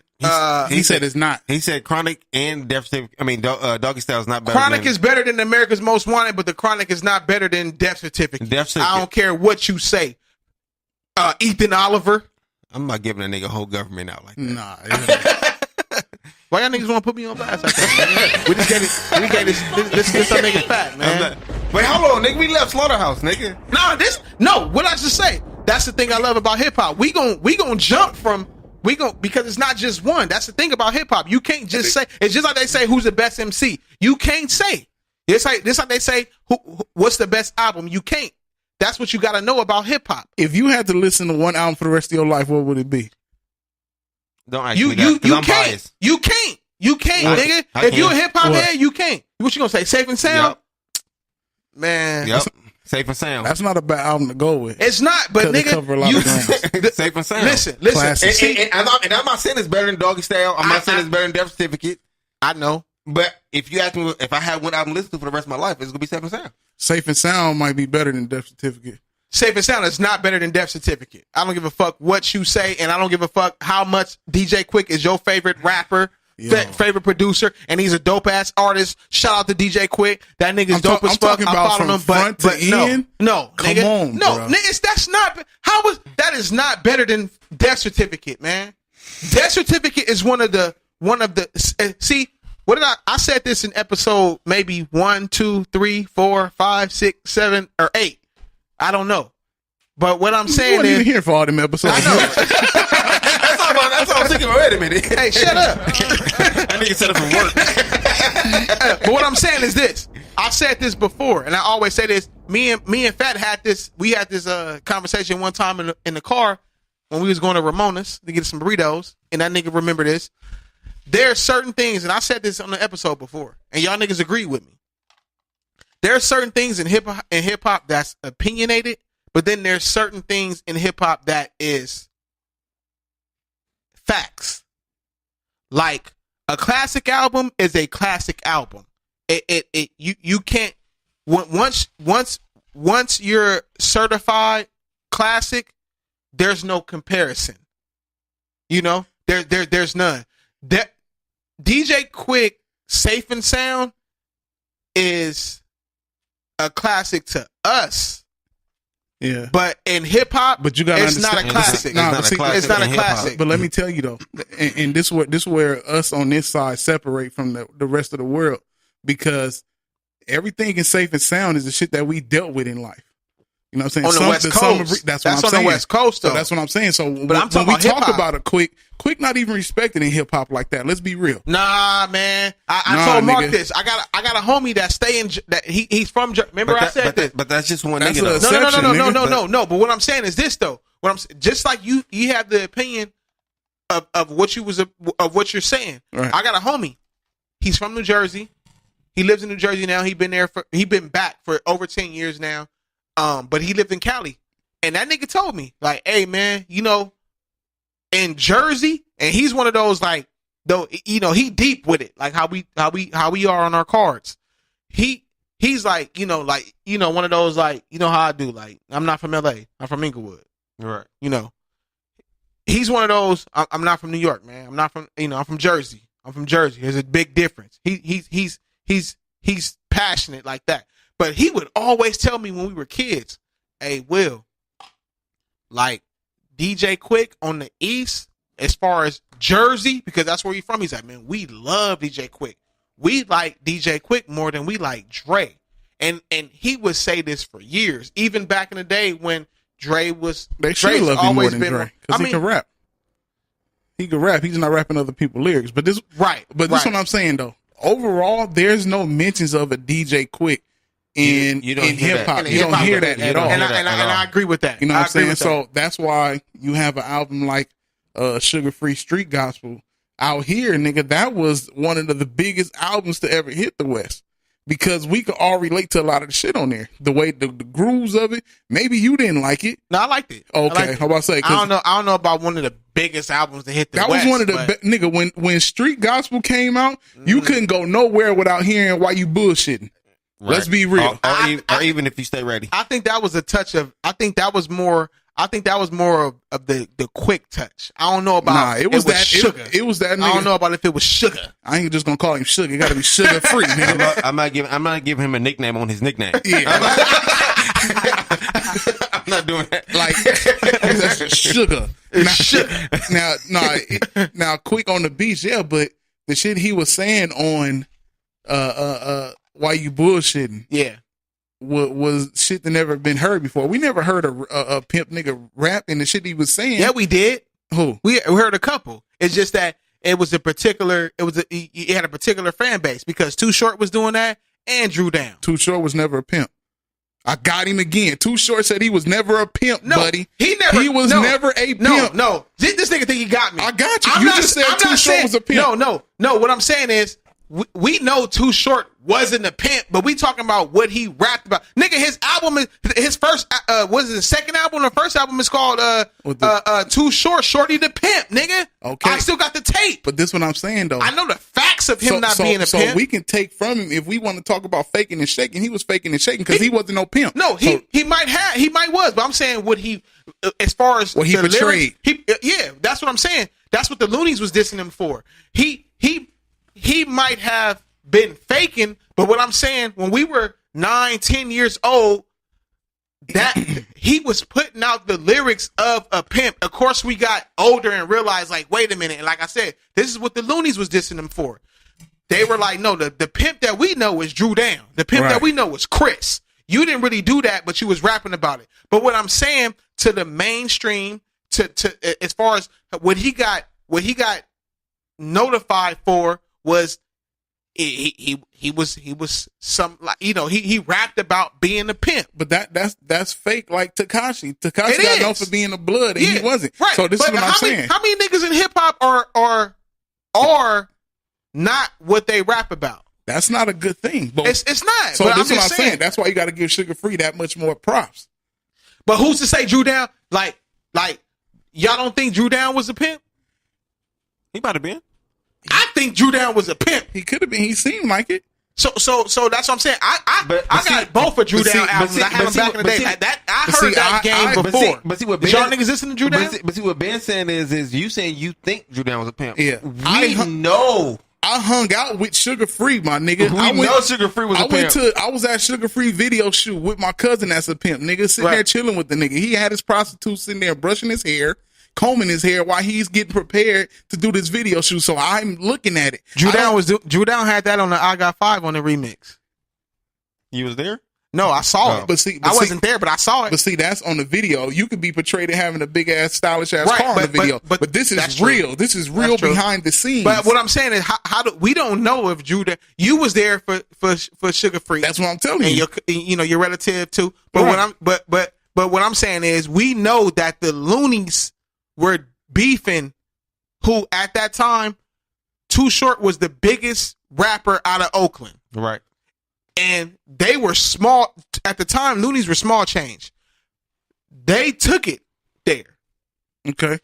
And was like, nah, nigga, the real pimp that we know is Chris and Drew Down.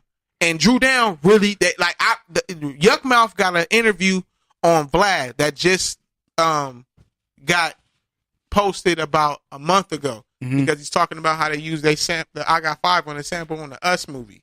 And he still was saying it. He was like, man, nah.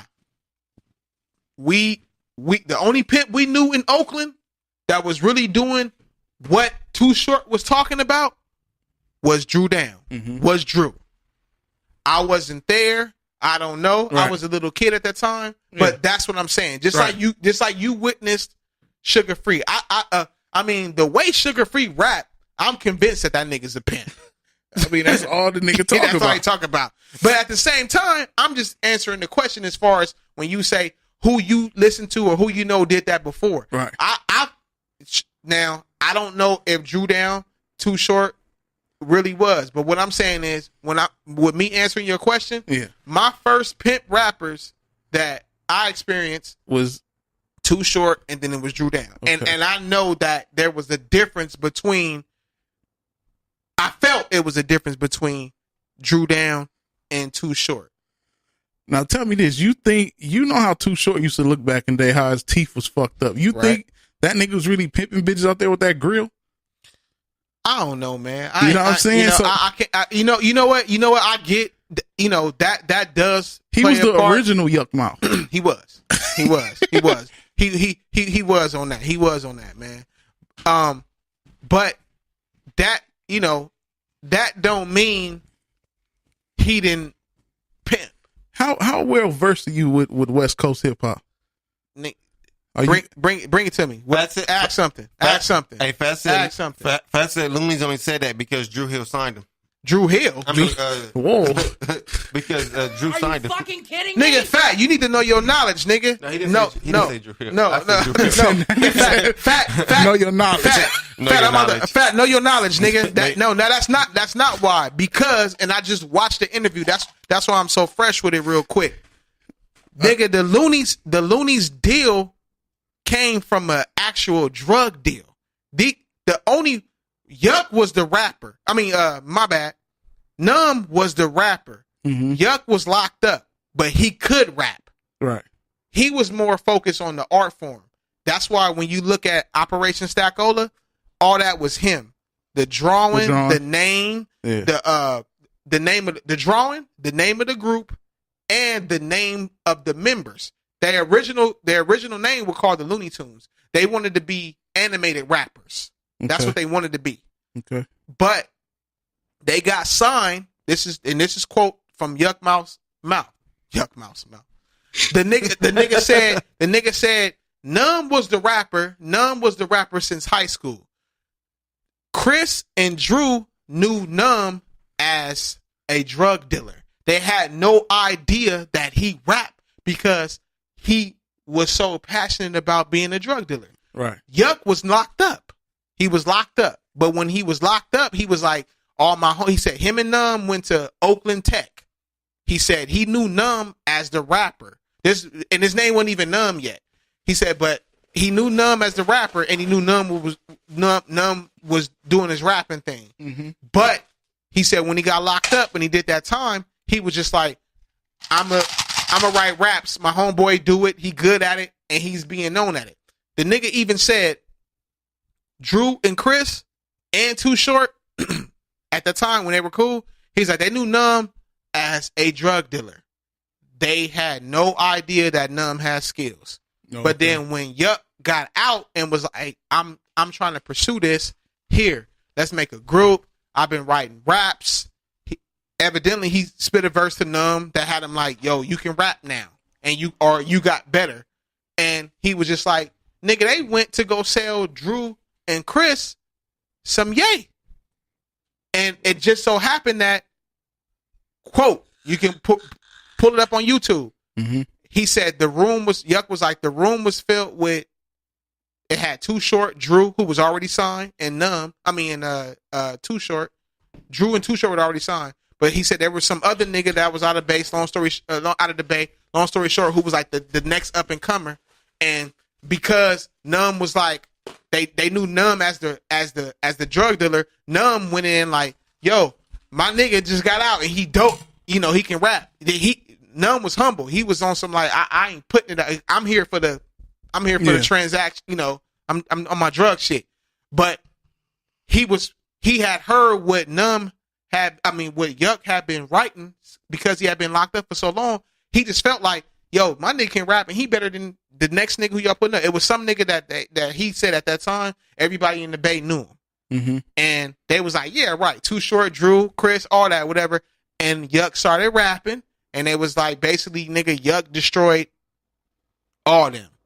And then it was like, he was like, that's how we got our deal. That nigga said, we didn't have no mixtape. We didn't have no songs, no nothing. The nigga even said I Got Five on it was written, recorded, and done in 1991. That song came out in 93. He wrote that shit in jail. And he was just like, man, I just went off of that, and he was like, that's how we got our deal. So Fat, shut the fuck up, nigga. You don't know what did Fat even say for me to bring this up? The only reason why the Loonies got signed because of what? He said the only reason why Looney said that is because Drew signed him.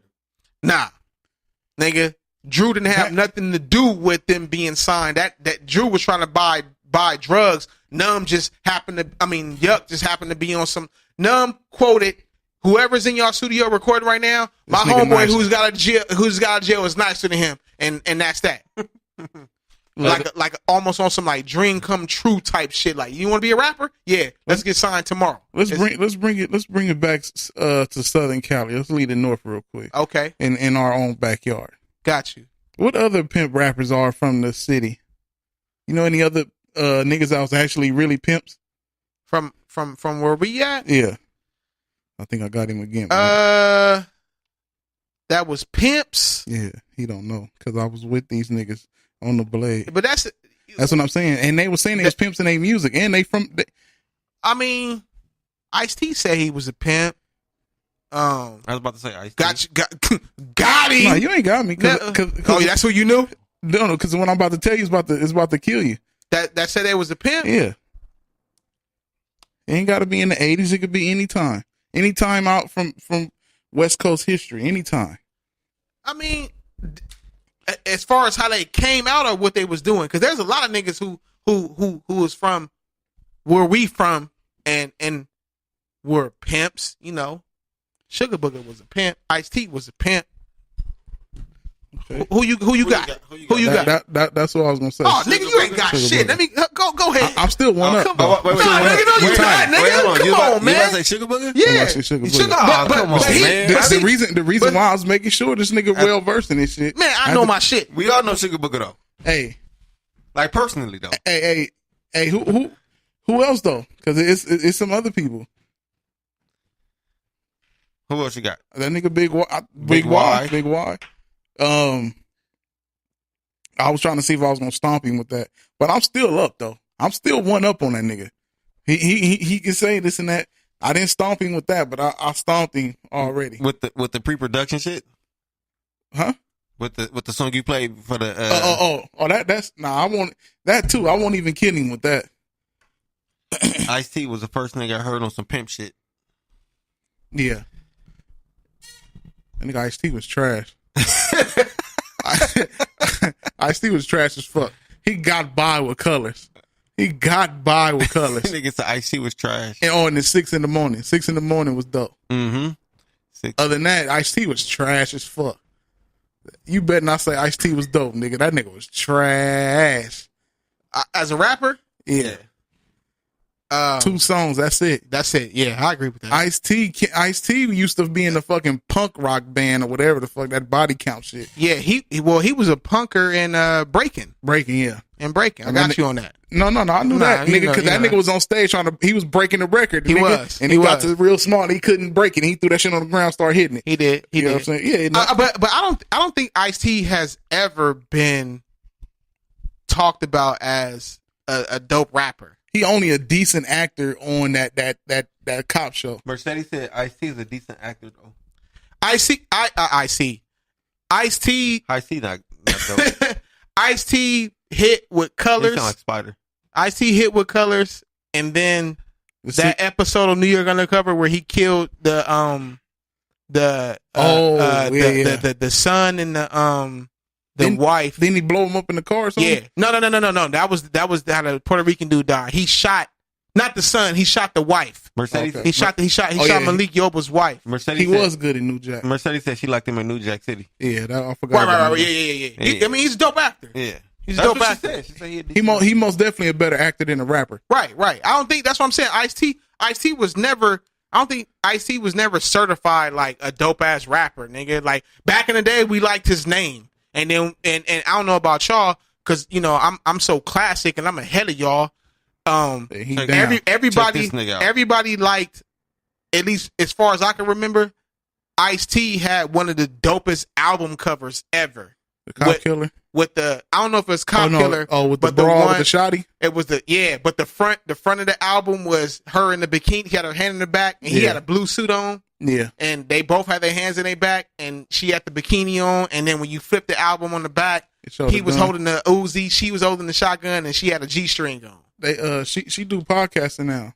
Oh, her? Yeah, she be doing podcasts. He got a baby by her, right? Yeah, he got a son by her. What's her name? I'm gonna show. I don't know her name. Go check her out.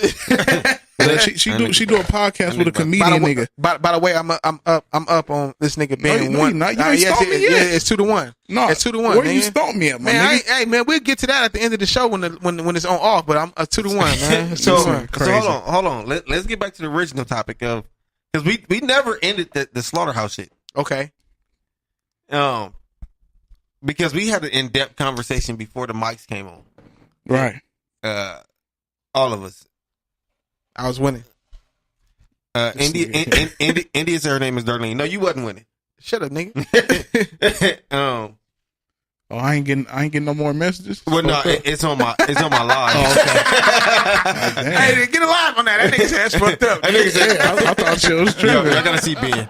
Y'all gotta see my nigga Ben. Are you kidding me? That nigga said that's fucked up. That nigga said that's fucked up. Yeah, I mean, what happened? So yeah, man. So I think that to wrap up before we get into deep hip hop, to wrap up the slaughterhouse thing. Yeah. Me and Will, I don't know how Ben feel about this, but me and Will came to the same conclusion of Joe was fucked up how he left. Right? Actually, nigga, let me say this. Hold on. I'm gonna say this. Hold on. Okay. You go what you say, Will. I'm gonna say this. I feel like I'm not saying Joe was fucked up as far as the business side. Joe was fucked up as far as a homie side, according to what is 4 members of the group, according to what 3 out of the 4 has been putting out as far as communication. I think you as a Joe Budden fan, and I'm a Joe Budden fan too, but I think you as a Joe Budden fan you're putting out more of the, I get why he did it, and we all get why he did it, but to 3 other dudes who I think obviously now looked at it more like, hey, but we were homies. So I thought, because Crooked just said on, what is it? What was Noriega show? Drink Champs. You know, like, I mean, I ain't gonna lie. I was shocked. I felt sad. I almost wanted to cry when I heard Crooked say, after Nori said, man, you guys were dope together. I loved you guys together. Y'all were, you know, very, he said he was influenced, especially on the hip hop part, but he said, you guys also look like you guys were friends and brothers. And I was hurt to hear Crooked say, I thought we were too. I wasn't. I was, because my thing was, I accepted Joe, or even if it was Royce, and you know Royce is one of my favorite rappers. I only have 2. You know the other. Right. Nas. Right. And Royce. Right. But I was shocked because I'm like, the way he said it, I felt it. I felt like Crook said that from the heart. Like, cut the grind, cut the business, cut the shit that fans won't ever understand. Nigga, I loved you. You said you loved me. You was my homeboy. I had a coast have your back. I lost friends that I was friends with for years before you. My loyalty was to you. I did not even know you all my life, half my life, 3/4 of my life. And this happened. And I was just like, and maybe it might just be because how I am towards my homies, because I didn't grow up. I have a little brother, but my little brother is, you know, I'm 38 years old. Yeah. My little brother is 10. Right. So basically, I didn't grow up, you know, I had a stepbrother, but that you know, that ain't the same. I didn't grow up with no brothers. So when people wonder why I'm like that with my homies, that's why. I always wanted a brother. I always wanted somebody close in age. So like I had to take into my homies. So my thing was, I felt Crook when it came to that. It was just like, forget all that. I'm talking about, and he said it, how I'm cut. And you made me feel like this is crooked. You made me feel like you was cut from the same cloth. We only had Crook was basically saying, like, you know, when you got jerked or when you got stepped on in the industries, that was just stuff we had in common, because we both, as far as the profession that we chose to be MCs, to be a rapper, to come to try to come out this grind, like that was just what we had in common, which is what bonded us. They was like industry rejects. Yeah, exactly. Yeah, so right. It was just like, after that, it was the strong point, man. You my nigga. From what you told me you've been through and what I've been through, and then now that we create, from the time that they started recording the first song, man, you my nigga. A lot of people forget or don't know. Everybody in Slaughterhouse, when they first started to create the first self-titled project, which was Slaughterhouse on E1, which is a record label, all 4 dropped everything that they had prior in the making and was like, I'm going with this. And now, mind you, like Crook said, because Nori said, hey, Crook,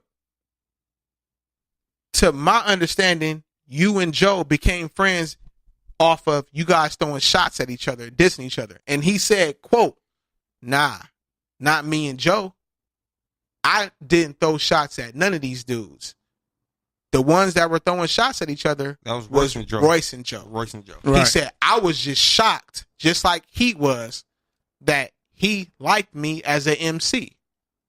And I liked him.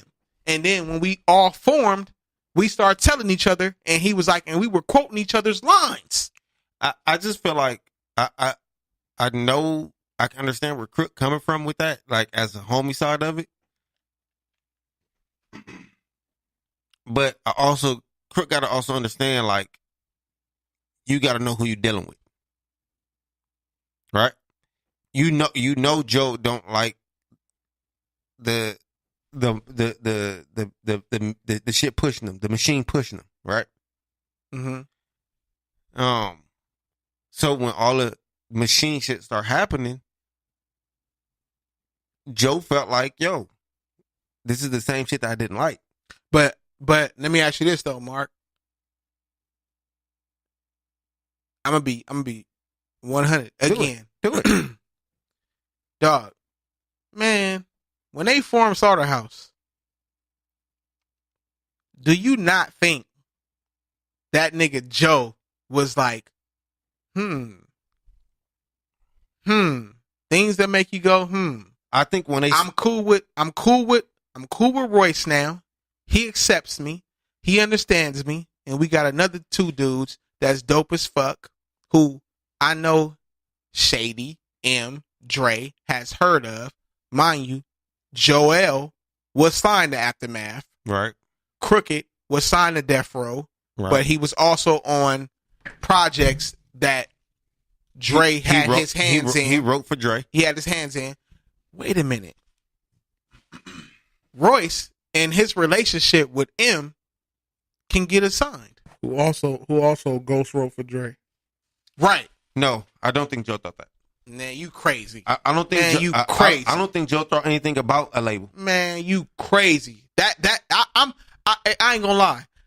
I would bet money that was all of their ultimate goal to get signed to a major. I don't think so. Man, I do. I think it's I do. I think it was 3 to 4. Dog, more money. You get more. Joseph- You get more money with the major. Regardless of how like you no don't. no You don't. no No, you don't. Let me say it. Let me say it as far as this. No, you don't. No, let me say it as far as this. It looked like it, but No, you no, don't. no, no, no, no, no. What I'm saying is this.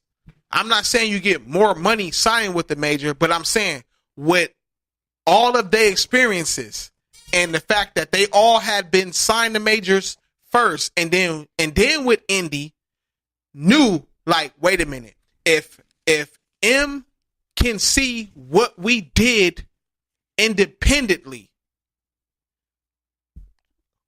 God knows what we gonna do with a major behind it. Not saying that it was gonna fall into plan and it was gonna work, but as far as what the number was, as to what they signed for versus how it was on E1, that was a big difference. I'm willing to say that E1, and I'm just saying this, I'm not saying it's a fact, but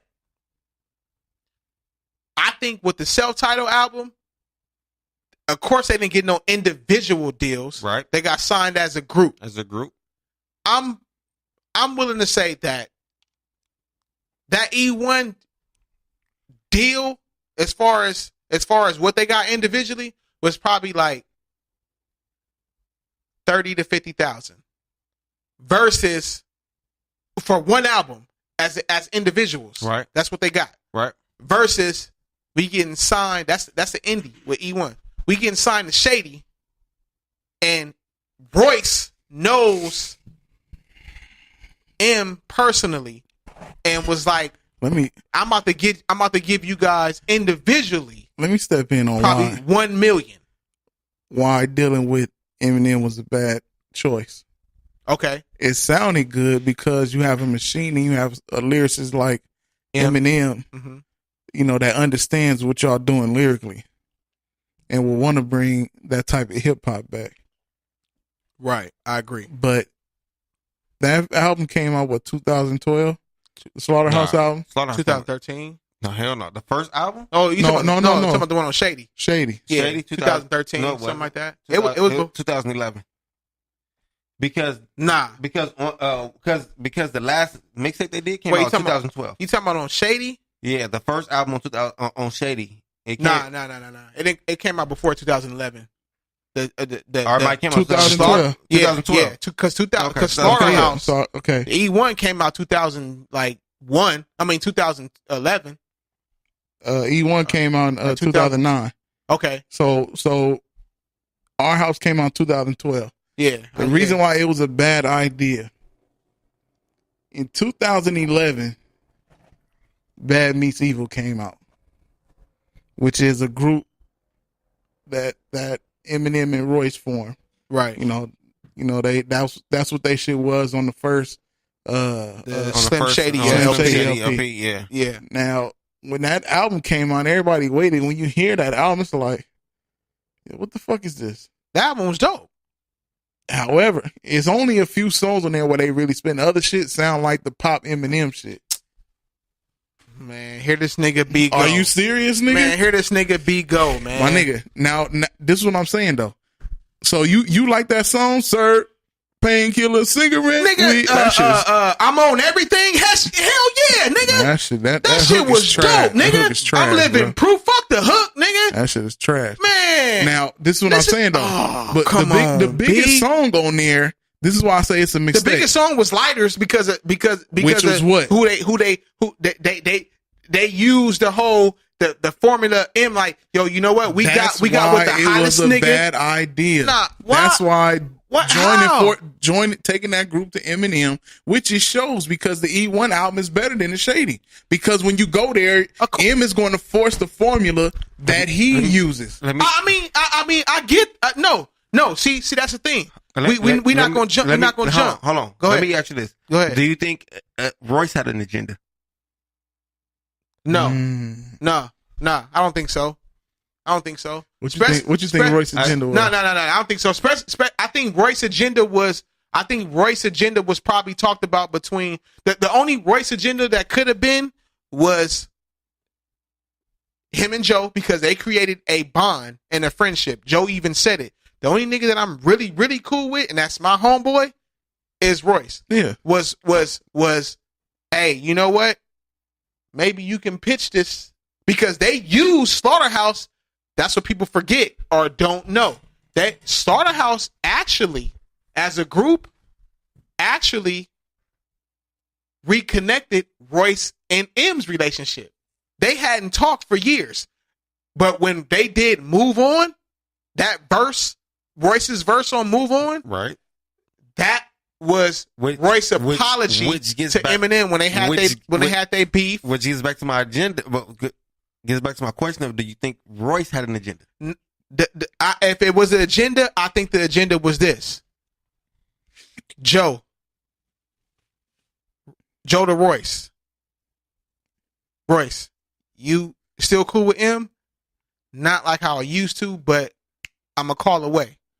All right. Well, maybe when we do this, I'm not saying word for word, but I'm just saying, maybe when let's see how we do good on the indie, and then maybe you can pitch when they see the success that we have as an indie. Joe ain't pitched that to Royce. Somebody pick me. Why? Because Joe is super anti-industry. That's what I'm saying. So you think somebody who's so anti-machine is going to pitch to Royce, put us on the machine? Yep. No. Let me tell you why. Royce was the spearhead of that situation. Hold on. I think Royce. Let me say this. I think Royce had an agenda. Okay, so if Joe's so anti-indie, why did he sign even for the first album? You want me to ask you why? Why? That's not indie. You want me for Shady. If he's so anti-indie, you want to know why? I mean, it's my fault. Industry.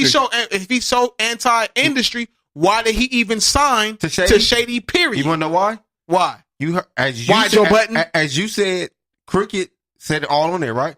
They had a process of a voting process.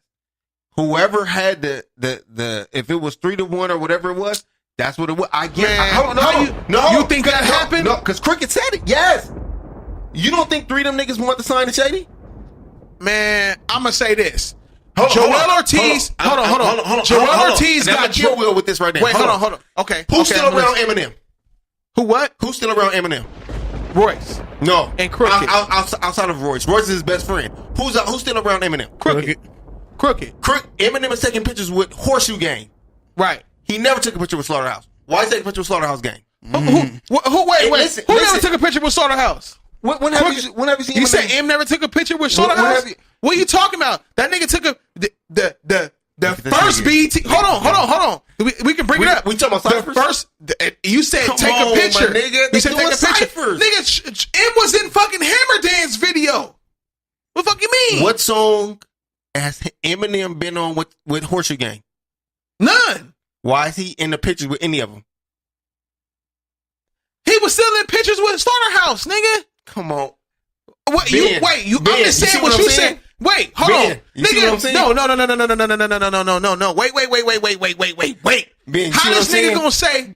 How this nigga gonna say M ain't never took a picture with Slaughterhouse? Nigga, they on the cover of motherfucking Double XL together, nigga. But why? Who cares why? I'm just saying. Okay. You said take a picture. Why is he with Horseshoe Gang? Of course he's with Horseshoe Gang because he has Horseshoe Gang was with Slaughterhouse before they got signed to motherfucking Shady. So that don't matter. I understand that. That don't matter. I understand that. But they was opening for Slaughterhouse. Okay, but was he ever in the picture with Horseshoe Gang? Who? Eminem. Why is he in the picture now? Dog, that's like saying why the fuck was Horseshoe Gang opening for Slaughterhouse when they was on E1? Nigga, it's gonna happen. But listen, it's gonna happen. To me. Every time you see them together, it's on the freestyle. No, nigga, that right? Man, come on, dog. What is that? I can name several pictures that these niggas have took. Listen, it says Eminem and Slaughterhouse. Mark, you took a shotgun loss to this one, nigga. Right? Bang, bang! Read this. Blood. Read this. I don't think that's a freestyle. That's not, man. But read this. Nah, I'm not. Nah, come on. Mark, you can't. Hold on. When they recorded the freestyle, where was they at? Wait, they got several freestyles. They got the BET Cypher. They have the one with Tigger and on the Tigger? Yeah, remember the one? Y'all don't remember that? They had the one with Tigger after the BET Cypher, after Royce did the High Rihanna shit, and he got props for that. High Rihanna. Oh, that's when they went back back to room. the back room. The back nigga, come on, man. High Rihanna. Hey, hold on, man. Let me give a special shout out to Mercedes for still rocking with it. What she saying? She said that escalated quickly. Just the fact that she's still here rocking, soaking up this hip hop. Mercedes soaking up the hip hop. But see, this is what I'm saying. Like, Mark, that might have been the wrong example as far as taking pictures. But it wasn't though. Dog, they have a bunch of pictures. That nigga shouldn't be taking pictures with Horseshoe Gang. Who? M. Yeah. But that's just like so. Them niggas try too hard to me. But just like Joe, I agree with that. Them niggas try too fucking hard. But what I'm saying is, that's like saying Horseshoe Gang shouldn't have opened up for Slaughterhouse. Why? Nigga, they wasn't that good back then. I'm just being honest. I fucks with Horseshoe Gang, but they wasn't that good back then. Okay, that's fine. But so what's the difference? The reason why they opened up for them is because they Crooked Eye Brothers, right? Right. Just like Parks is they engineered because of Joe Budden. I don't think Parks engineered on Slaughterhouse sessions like that. He engineered the first album. The E1. He didn't engineer Eminem shit. Okay. Of course not. Okay, and that came with like I said earlier, that came with a package deal. I understand. And you should pay Parks. I understand that. You should pay Parks. So now this is what I'm saying. Like Joe said, it's ironic that M said Joe named more as adversaries than he said when he was on his label. Right? M what? He said Joe named more as adversaries when he started dissing them more than he ever said it when Joe was on Shady. But M, even when they first got signed to Shady, M even said, although Joel Ortiz was signed to Aftermath, he said, and now this is the thing. I know niggas might blast Eminem for that. It's about to kill Will argument. No, it's not. But what I'm saying is this. M said it while they were signed to Shady. He said while they were signed to Shady. He said, when I got he said, I'm gonna tell you this much. This is how I grew to love. This is quote. I remember this interview. M said, this is how I fell in love with Slaughterhouse. He said, I don't care what none of y'all thought.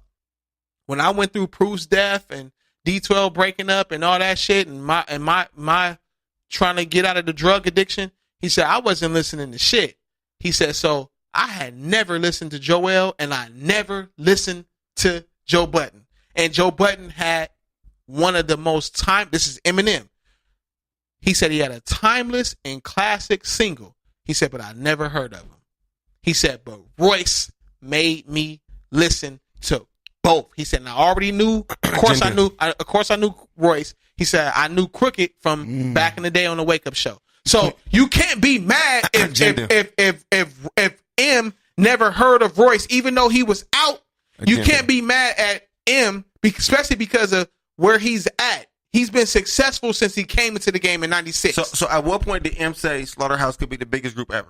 He said once he actually, if he didn't know who Joel was. He said, okay. He said once he actually listened to Joel and Royce and their project, which was the first self-titled album, the E1 joint. The E1 joint. And he was like, I wanted to. You can go back and look at the interview between him and Sway. I'm not listening to that. I mean, I'm just saying those are definitely questions. You asking me your question? That shit was so safe. It was very safe. I mean, and it could be, but what Sway is on. But what I'm saying is this though: do y'all not now? Come on, man. My thing is this. Listen. That's just like us. Don't shoot yourself in the foot. We don't know. What I'm saying is this: we don't listen to like. Nobody can convince me that Quavo spit. Right. I'm hear my example. Right. Nobody can convince me that Quavo spit. Spit as far as lyrically? I don't care. I don't care what it is. Or in his lane. I don't care. Just hear me out. Okay. Just hear me out. Okay. Nobody can convince me that Quavo spit. Right. And it's because of what I'm a product and what I grew up on. Right. All right. So even when you tell me, nah, a hip hop head will listen to Quavo on this verse, I'm not listening. But see that's why M was probably like that when it came to Joe. Could have been because remember when Joe came out in that Pump It Up era, Agenda. M was already established. So anything under him, other than 50 Cent, it was I, as Eminem, do not care about. I don't care. It's not the no. And he no. He cared about Kendrick. He's not ready. I don't. He cared about Kendrick. Wait, you think he really cared about Kendrick? Yes. Or that was just home field. Nah, he cared about Kendrick. You think so? Yeah, I think he cared about Kendrick. Why is it? Let me say this. Why is it that Eminem says, and I'm just saying, I ain't taking away from Eminem, but I'm saying, if it's not home field, why is it that Eminem, he shouted out Kendrick on the single from the Marshall Mathers LP, well, that's something with Berserk, right? Yeah. And that shocked me. I was like, man, I didn't think you listen to young niggas. But what I'm saying is, because that's this home nigga field. M, He signed let me tell you why it's not home Aftermath. field. Because M said Kendrick was so good that he didn't believe Kendrick was writing his own shit. He personally he had a studio session with Kendrick and brought him there and wouldn't let nobody else in, and wanted to sit there and watch that nigga. Yeah, wanted to sit there and watch that nigga write his verse because he felt like somebody else was writing this. So shit. he was doubting him at first. Then basically, yeah, he said this nigga's too good. This can't be him. So what I'm saying is this. If that ain't home field, like, let me ask y'all before I say this. And actually, this is going to determine whether I ask the second question. As a lyricist, do y'all think Kendrick is better than J. Cole? Overall, J. Cole. Man, just forget all that. Don't tell me about success and singles and it's never about singles. You already know how I feel about that. I don't give a fuck about none of that. Well, I'm just please answer this before I go to my second question. You talking about just skill set? It's eminent. Is J. Cole better than Kendrick as an MC? Close, but no cigar. Hold on. You saying is J. Cole better than Kendrick? Kendrick as an MC. I think Kendrick's better. You think Kendrick is better? Yeah. You think Kendrick is better? Yeah. I personally think J. Cole is better. And that's why. But why though? But give us a why. Lyrically, Why? Kendrick. I'm gonna tell you why. Okay. I'm gonna tell you why, motherfucker. Go ahead. Let's hear it. Oh, you better shoot yourself in the foot, Will. Lyrically, Kendrick hasn't said, and y'all can go to a post that I wrote that I got damaged for on Facebook. Lyrically, Kendrick ain't said nothing that I've never heard 3 Stacks say or Chuck D say or Nas. I can't help that I'm older than Kendrick. I can't help that Kendrick was hear me out. Kendrick is a product of these guys. But guess what? I'm older than J. Cole too. But see, so from that's the home, first that's year, home field shit. No, it's that's not. home field shit because you know he's No. a product of Nas, and you are a super Nas fan. J. Cole, nigga. Yeah. Yeah, nigga. Yeah. No, That's true. Nah, nigga. That is true. No, Yeah, nigga. I That is listen. true. I like J. Cole. I like J. Cole before, nigga. Really, to me, J. Cole's a product of Jay-Z. No. And I'm just saying. Not Listen, rapping-wise. no, let me tell you why. Hear me out. See, you wrong. Let me shoot your ass back with this Ruger. The thing was this. I became a fan. I'm gonna go deep for you niggas. What? Pause. I became. How you niggas got it? Fuck y'all, man. Kidding me? You niggas, fuck, man. Are you What? fucking kidding me? Hey, I became. This nigga nervous to see what's going on. Are you fucking kidding Fuck me? y'all, man. Fuck y'all. line was up. Listen. I became a fan of J. Cole. A lot of people, and I'm gonna say this. I don't care what none of y'all say. It's probably y'all, but fuck it. I became a fan of J. Cole. Not grown, young Simba.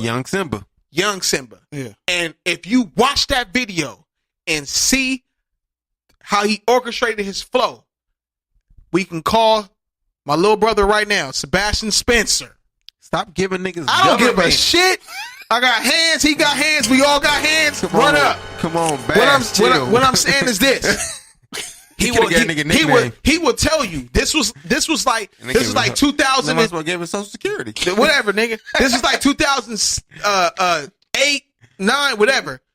I said this then, and the nigga even told me. I said, "Yo, I didn't know where J. Cole was from. I didn't know he was. Let me give the facts. I didn't know J. Cole was from North Carolina. I didn't know J. Cole had moved because he got accepted to St. John's. I didn't know he had moved to New York and was there for 2 years. I didn't know that nigga had been stalking Jadis to get signed to The Rock. None of that. I heard young Simba watch the video because the video remind me of What You See Is What You Get, which is one of the best videos right. in hip hop of all time. And I was like, by exhibit, for those y'all don't know, but look that up. I was like, this nigga is a study. This nigga is a student.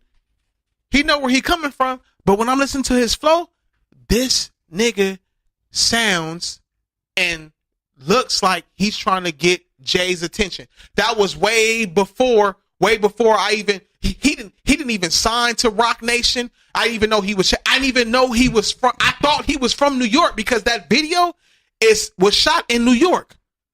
And I was like, I told Sebastian that, and even Sebastian was like, I don't know, but this nigga is dope. So niggas didn't start comparing him to Nas until he did that song, right. that song about I Let Nas Down. And Whoa. What you just say? That was when niggas start comparing J. Cole to Nas. No. Man. Dog. Ben not going for that. I'm not. When did they start comparing J. Cole to Nas? Nigga, I don't know but me. Yeah, when did you start comparing J. Cole to Nas? Comparing them. I want to say Friday Night Lights. That's the same album, nigga. I rest my case, nigga. That ain't when they start comparing. That's him. when you just said. No, that ain't when people start. They didn't start. You comparing. said you. Yeah, me. You said no. That's You said the same they.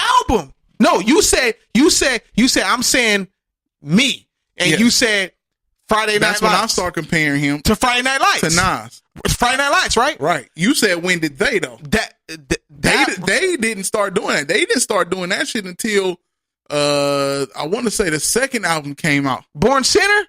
Yeah, around Born Center. That's when you start seeing Kendrick next to Tupac, and then you see Cole next to Nas, and then you see Drake next to Jay-Z. I think that's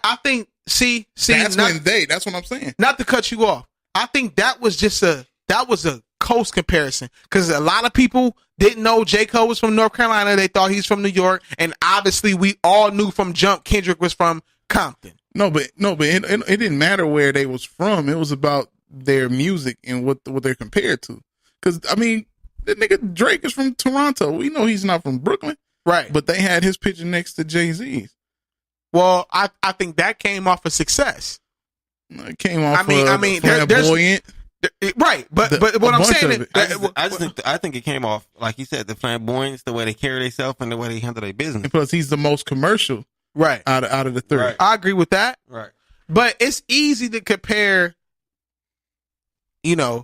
Kendrick to so-called the best nigga from the West. No, it's not. I don't even. I think so. I don't think he's close to Tupac. I don't think so either. But what I'm saying is we talking about they. We ain't talking about us. So we talking about us right now, right?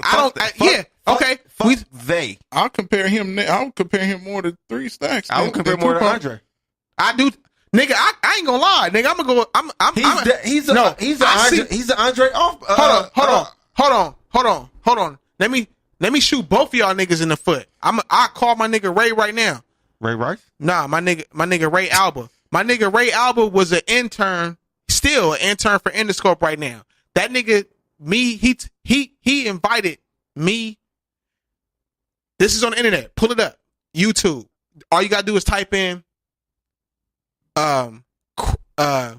West Coast Crown Kendrick as the new leader. We was at that show at I forgot where it was at. Staples Center. Nah, it wasn't at Staples Center. It was a little ass venue. This is how long ago it was. This is before. It was Hollywood Boulevard. Where did we? Wilton? No, it wasn't Wilton. That's where. When I seen you at the Slaughterhouse concert, it was I forgot the venue. Okay, whatever the venue was, it was that venue. But it's small. B. Let me tell you, Ray, my homeboy, that nigga, he still works for Interscope right now. Mm-hmm. He was like, "Yo, you heard of Kendrick?" No, my little brother does. He young. Yeah. But guess what? He just got signed to Aftermath. Nobody knows, so they're about to put a marketing show to get him accepted on the West, and everybody from the West is about to be there. Corrupt, Game, Snoop, and Dre. And I was like, okay, I'll go. This was when the only mixtape he had out was one of the Section 80s. I think it had, how many Section 80s it is? 2 or 3? Only one. It was only one. All right, so he had a mixtape before then, though. Didn't he had some couple of shits before that. All right, so at the time, I don't know which one, but they were saying the Section 80 was like the best one, and then he had this whatever one that was so called, and then that was the Good Kid, Mad City. Overly Dedicated was better than Section 80 to me. All right, so it was after that. It was before Good Kid, Mad City. Lamar LP. And I'm gonna tell you this: how y'all niggas compared in the 3 Stacks. I watched that show. He cried. You can pull it up. Yeah, I remember. I'm gonna tell you right now. I remember what he had on. That nigga had on a black blazer, some black SB dunks, and some jeans. And he came out, and I remember that was my first time actually paying attention to him and hearing him. I was like, this nigga's show and how he rap is orchestrated exactly like Kanye's when he came out with College Dropout. And at that time, Kanye was the last biggest hit. Everybody went to, when Kanye came out with that polos and backpacks and J's and retros, and I was like, and he had that black blazer on. Because remember, Kanye brought that. I don't know if he brought it back or if he brought it to hip hop, but Kanye brought that fashion statement. Kanye killed gangster rap. Exactly. and I got a blazer on with a polo and some retros. And I remember telling my little homie, I was like, man, I'm watching the show, and I was like, I don't like Kendrick. He's like, why? I said, because I seen this before. What you mean? I said, he sound and how he doing the show. I was like, that looked like Kanye. And at this time, nigga, Kanye was already 3 albums in. It was College Dropout, Late Registration, and Graduation. And I was like, this nigga, like at that time, I'm like, this is the new fad. Like he mimicking Kanye. But at that time, Kanye was successful as fuck. So I was like, man, I get it. And y'all can pull it up on YouTube. Quote me. He got a black blazer on. Some SB dunks and some jeans. You sure that was man, that was 2007? That was like hell no. Okay. Hell no. Nigga, it was way after 2007. Nigga, I was like, this was like 2010. It was right before Good Kid, Mad City.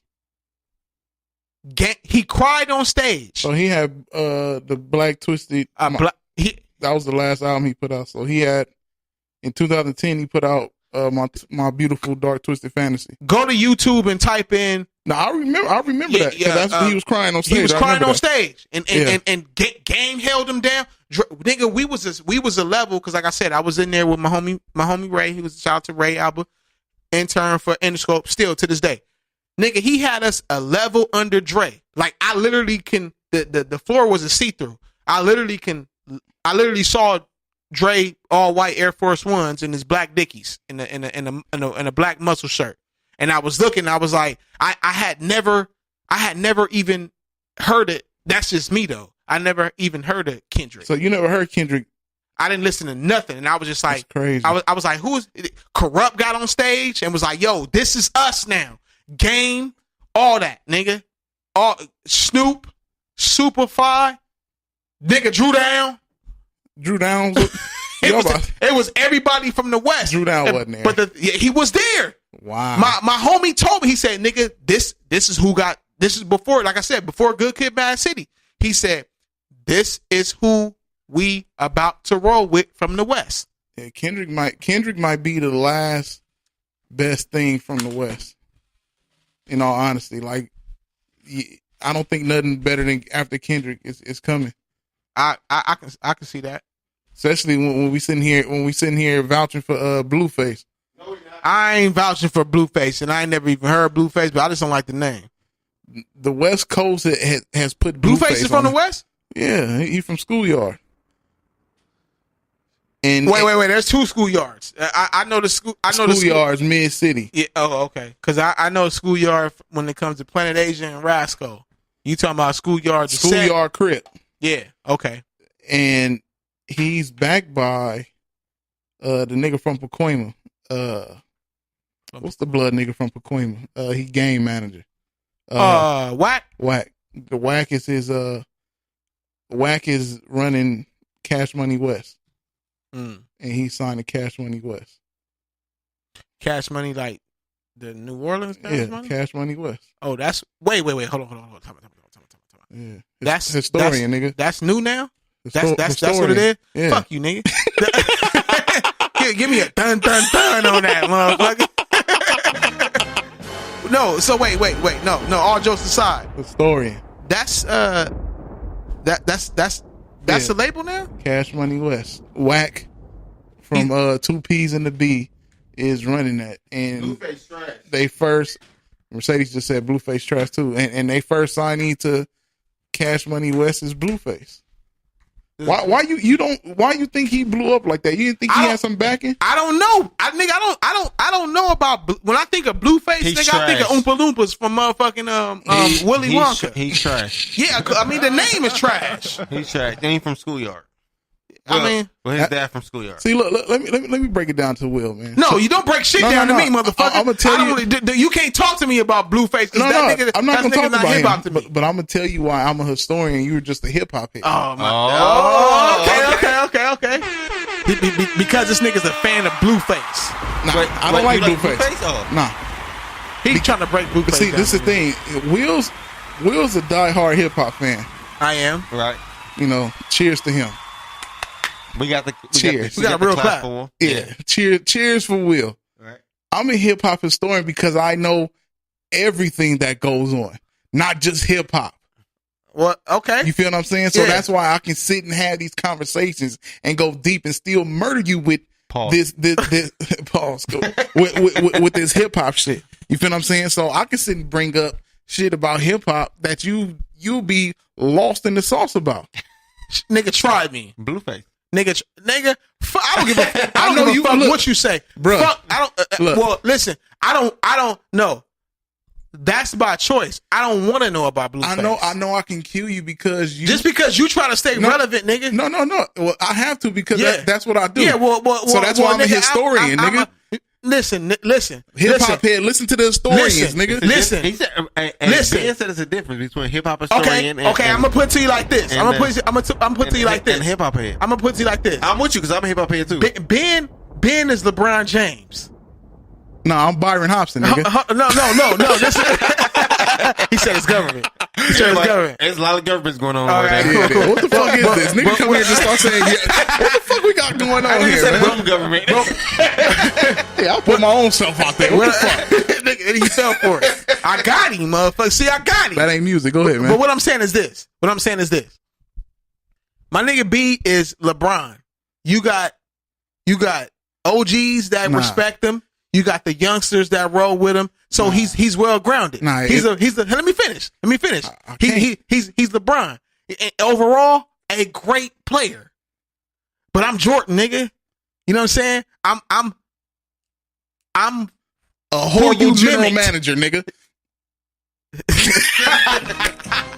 That means at the end of your career that you became trash? No, that means at the end of my career, you niggas are still buying my shoes, nigga. Nigga, check this out, It ain't nigga. because your GM excuse?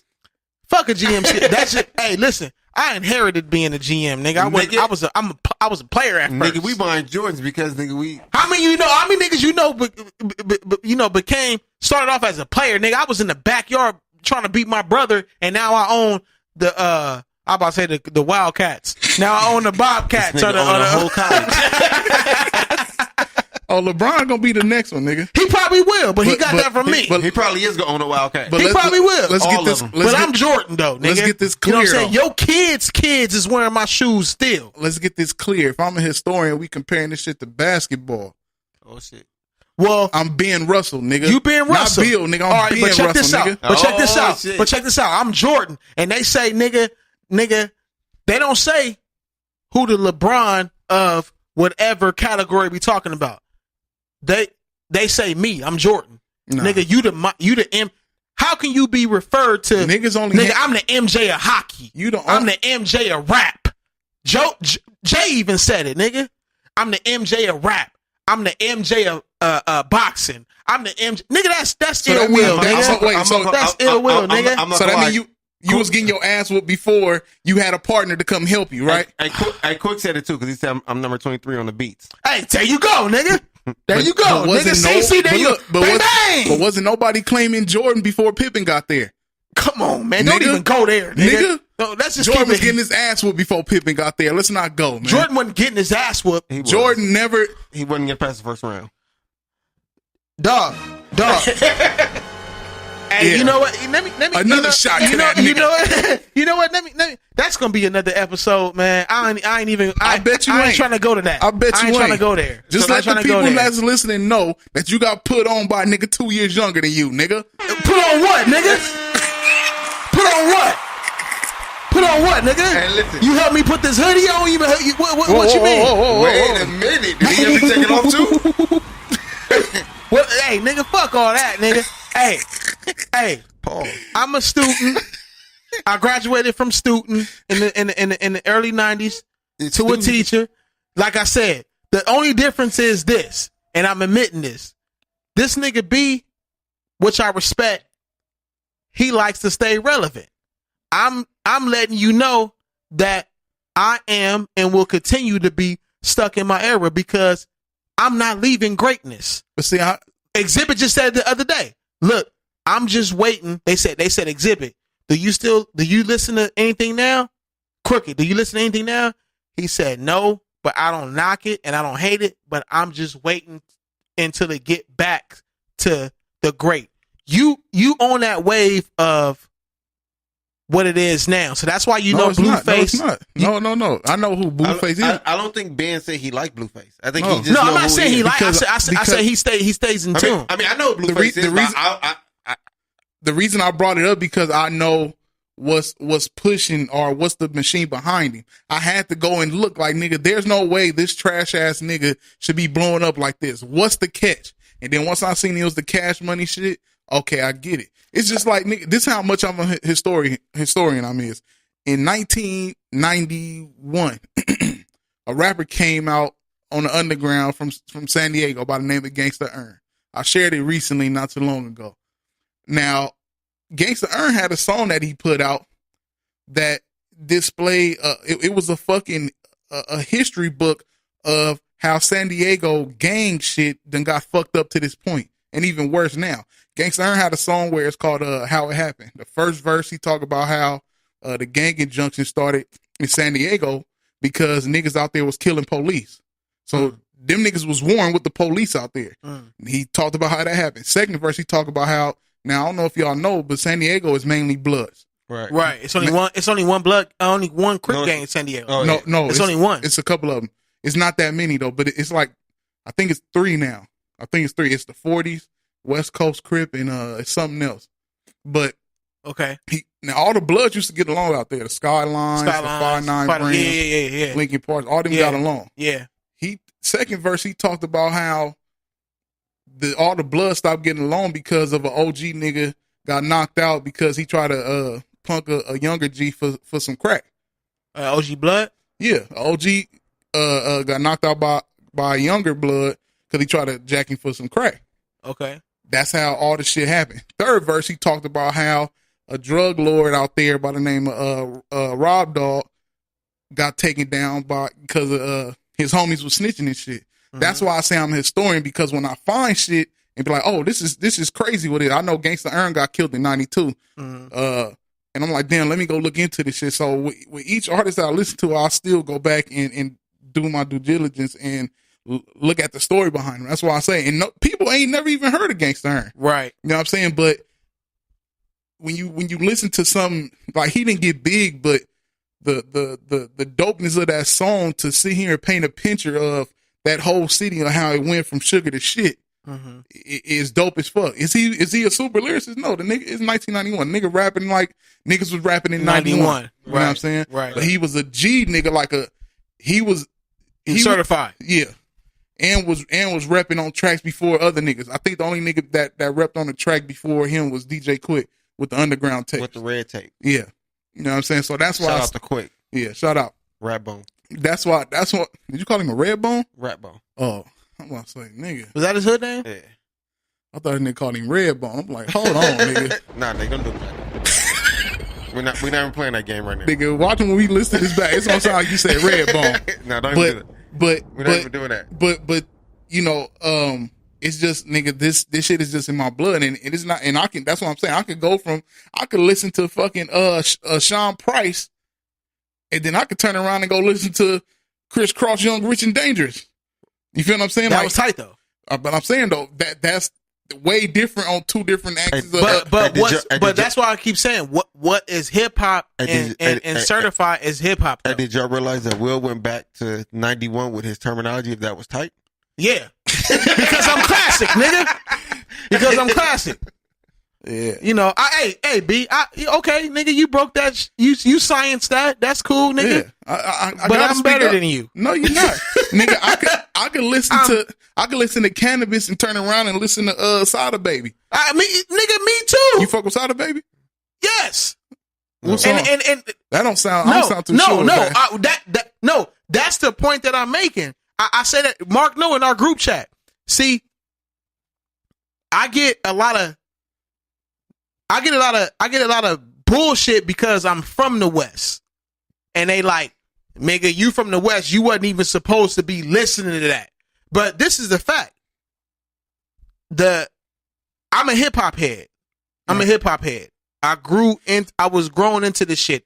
I was 7 years old getting whoopings from my parents because I did not know math and I can recite my Adidas. Right. On Christmas Eve, I got a whooping from my mom and my pops because they told me to come in. I'm 6 years old, whatever, one of them, and was like, what's 2 times 2? And it took me too long to give the answer. And then my grandmother was like, that song you listened to the other day, say it. It was a setup. And I start spitting my Adidas, walk through college dorms and walk all over Coliseum floors. And it was like, but 2 times 2 is what? And I was like, if I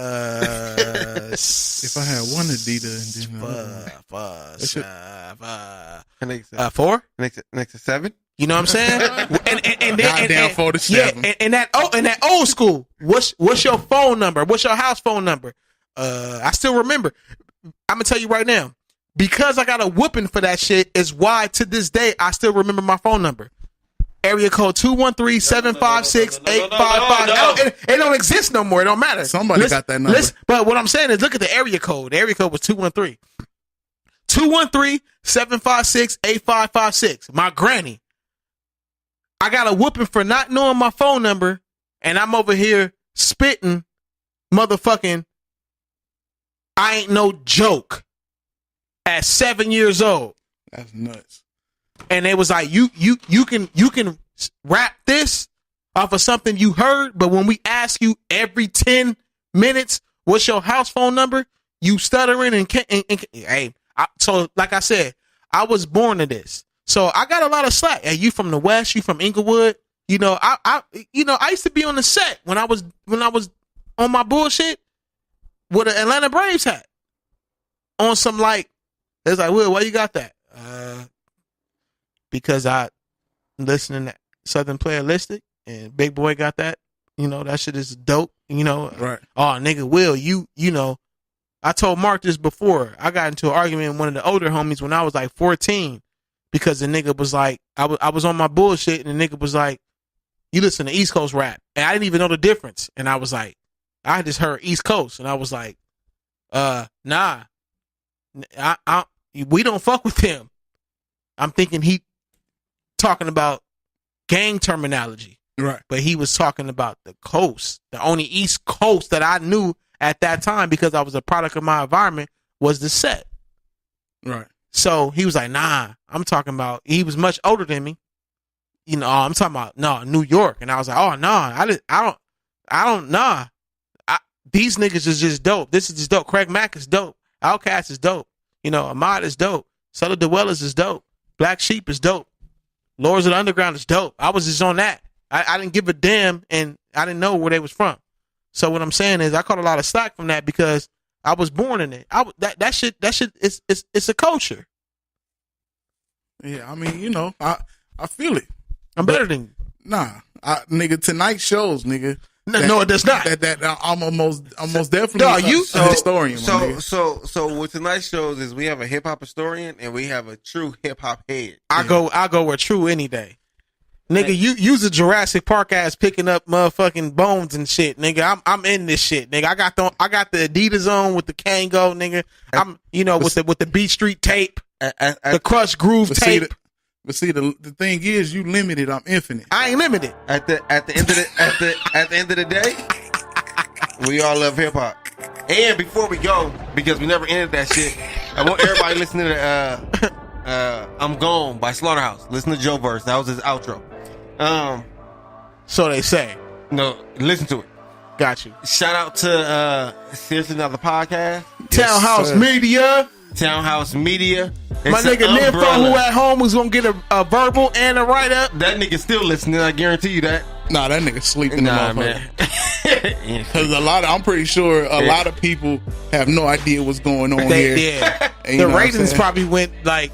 So these niggas talking about hip hop, nigga. I'm about to go watch Love and Basketball. I'm out of here, or whatever it's called. I want to send a shout out to Cap versus Dog. My too nigga much- Dolomite, CJ. Too much game. Shout out to Asian. Mercedes. I don't know who Mercedes is or who friend she is, but shout out to her because she been here rocking. Miss Jones. No. You shut up. And Who, Miss me? Yes, you. Jones and All Miss right. Jones been here rocking. I didn't know she was still in here rocking with us. Who is Miss Jones? I don't know, but shit, she in here rocking with All us. right. Shout out to Miss Jones. Shout out to Mercedes. Shout out Shout out to to India. I saw Kendrick up there. Shout out India. to Kendrick. I thought I saw Kendrick. Oh, maybe Kendrick- somebody wrote Kendrick. Lamar's in a I thought I saw know. Kendrick, but maybe somebody wrote Kendrick or Oh, something. okay. I'm reading fast. This nigga Man, scrolling. fuck everything, man. Shout out to everybody who listening, man. If y'all Yeah. not listening, fuck y'all. And if y'all listening to this show and you like how I just shitted on Will tonight, listen to Wait, my hold- podcast Friday nights at 9 p.m. Seriously, Wait, hold on. not Seriously, another another podcast. Shout out to Seriously Another Wait, hold on. Podcast. Wait, hold on. My nigga AC, who is not a human being. Wait, hold on. If you thought Ben shit on Will, leave some comments. If you thought Will shit on Ben, leave some comments. Which I definitely did. Nah, Nigga. y'all heard how I broke it down to the compound. Man, this nigga. and, Yeah. and if y'all ride the safe and sound, y'all leave a comment too. And I'm out. We out of here. Peace.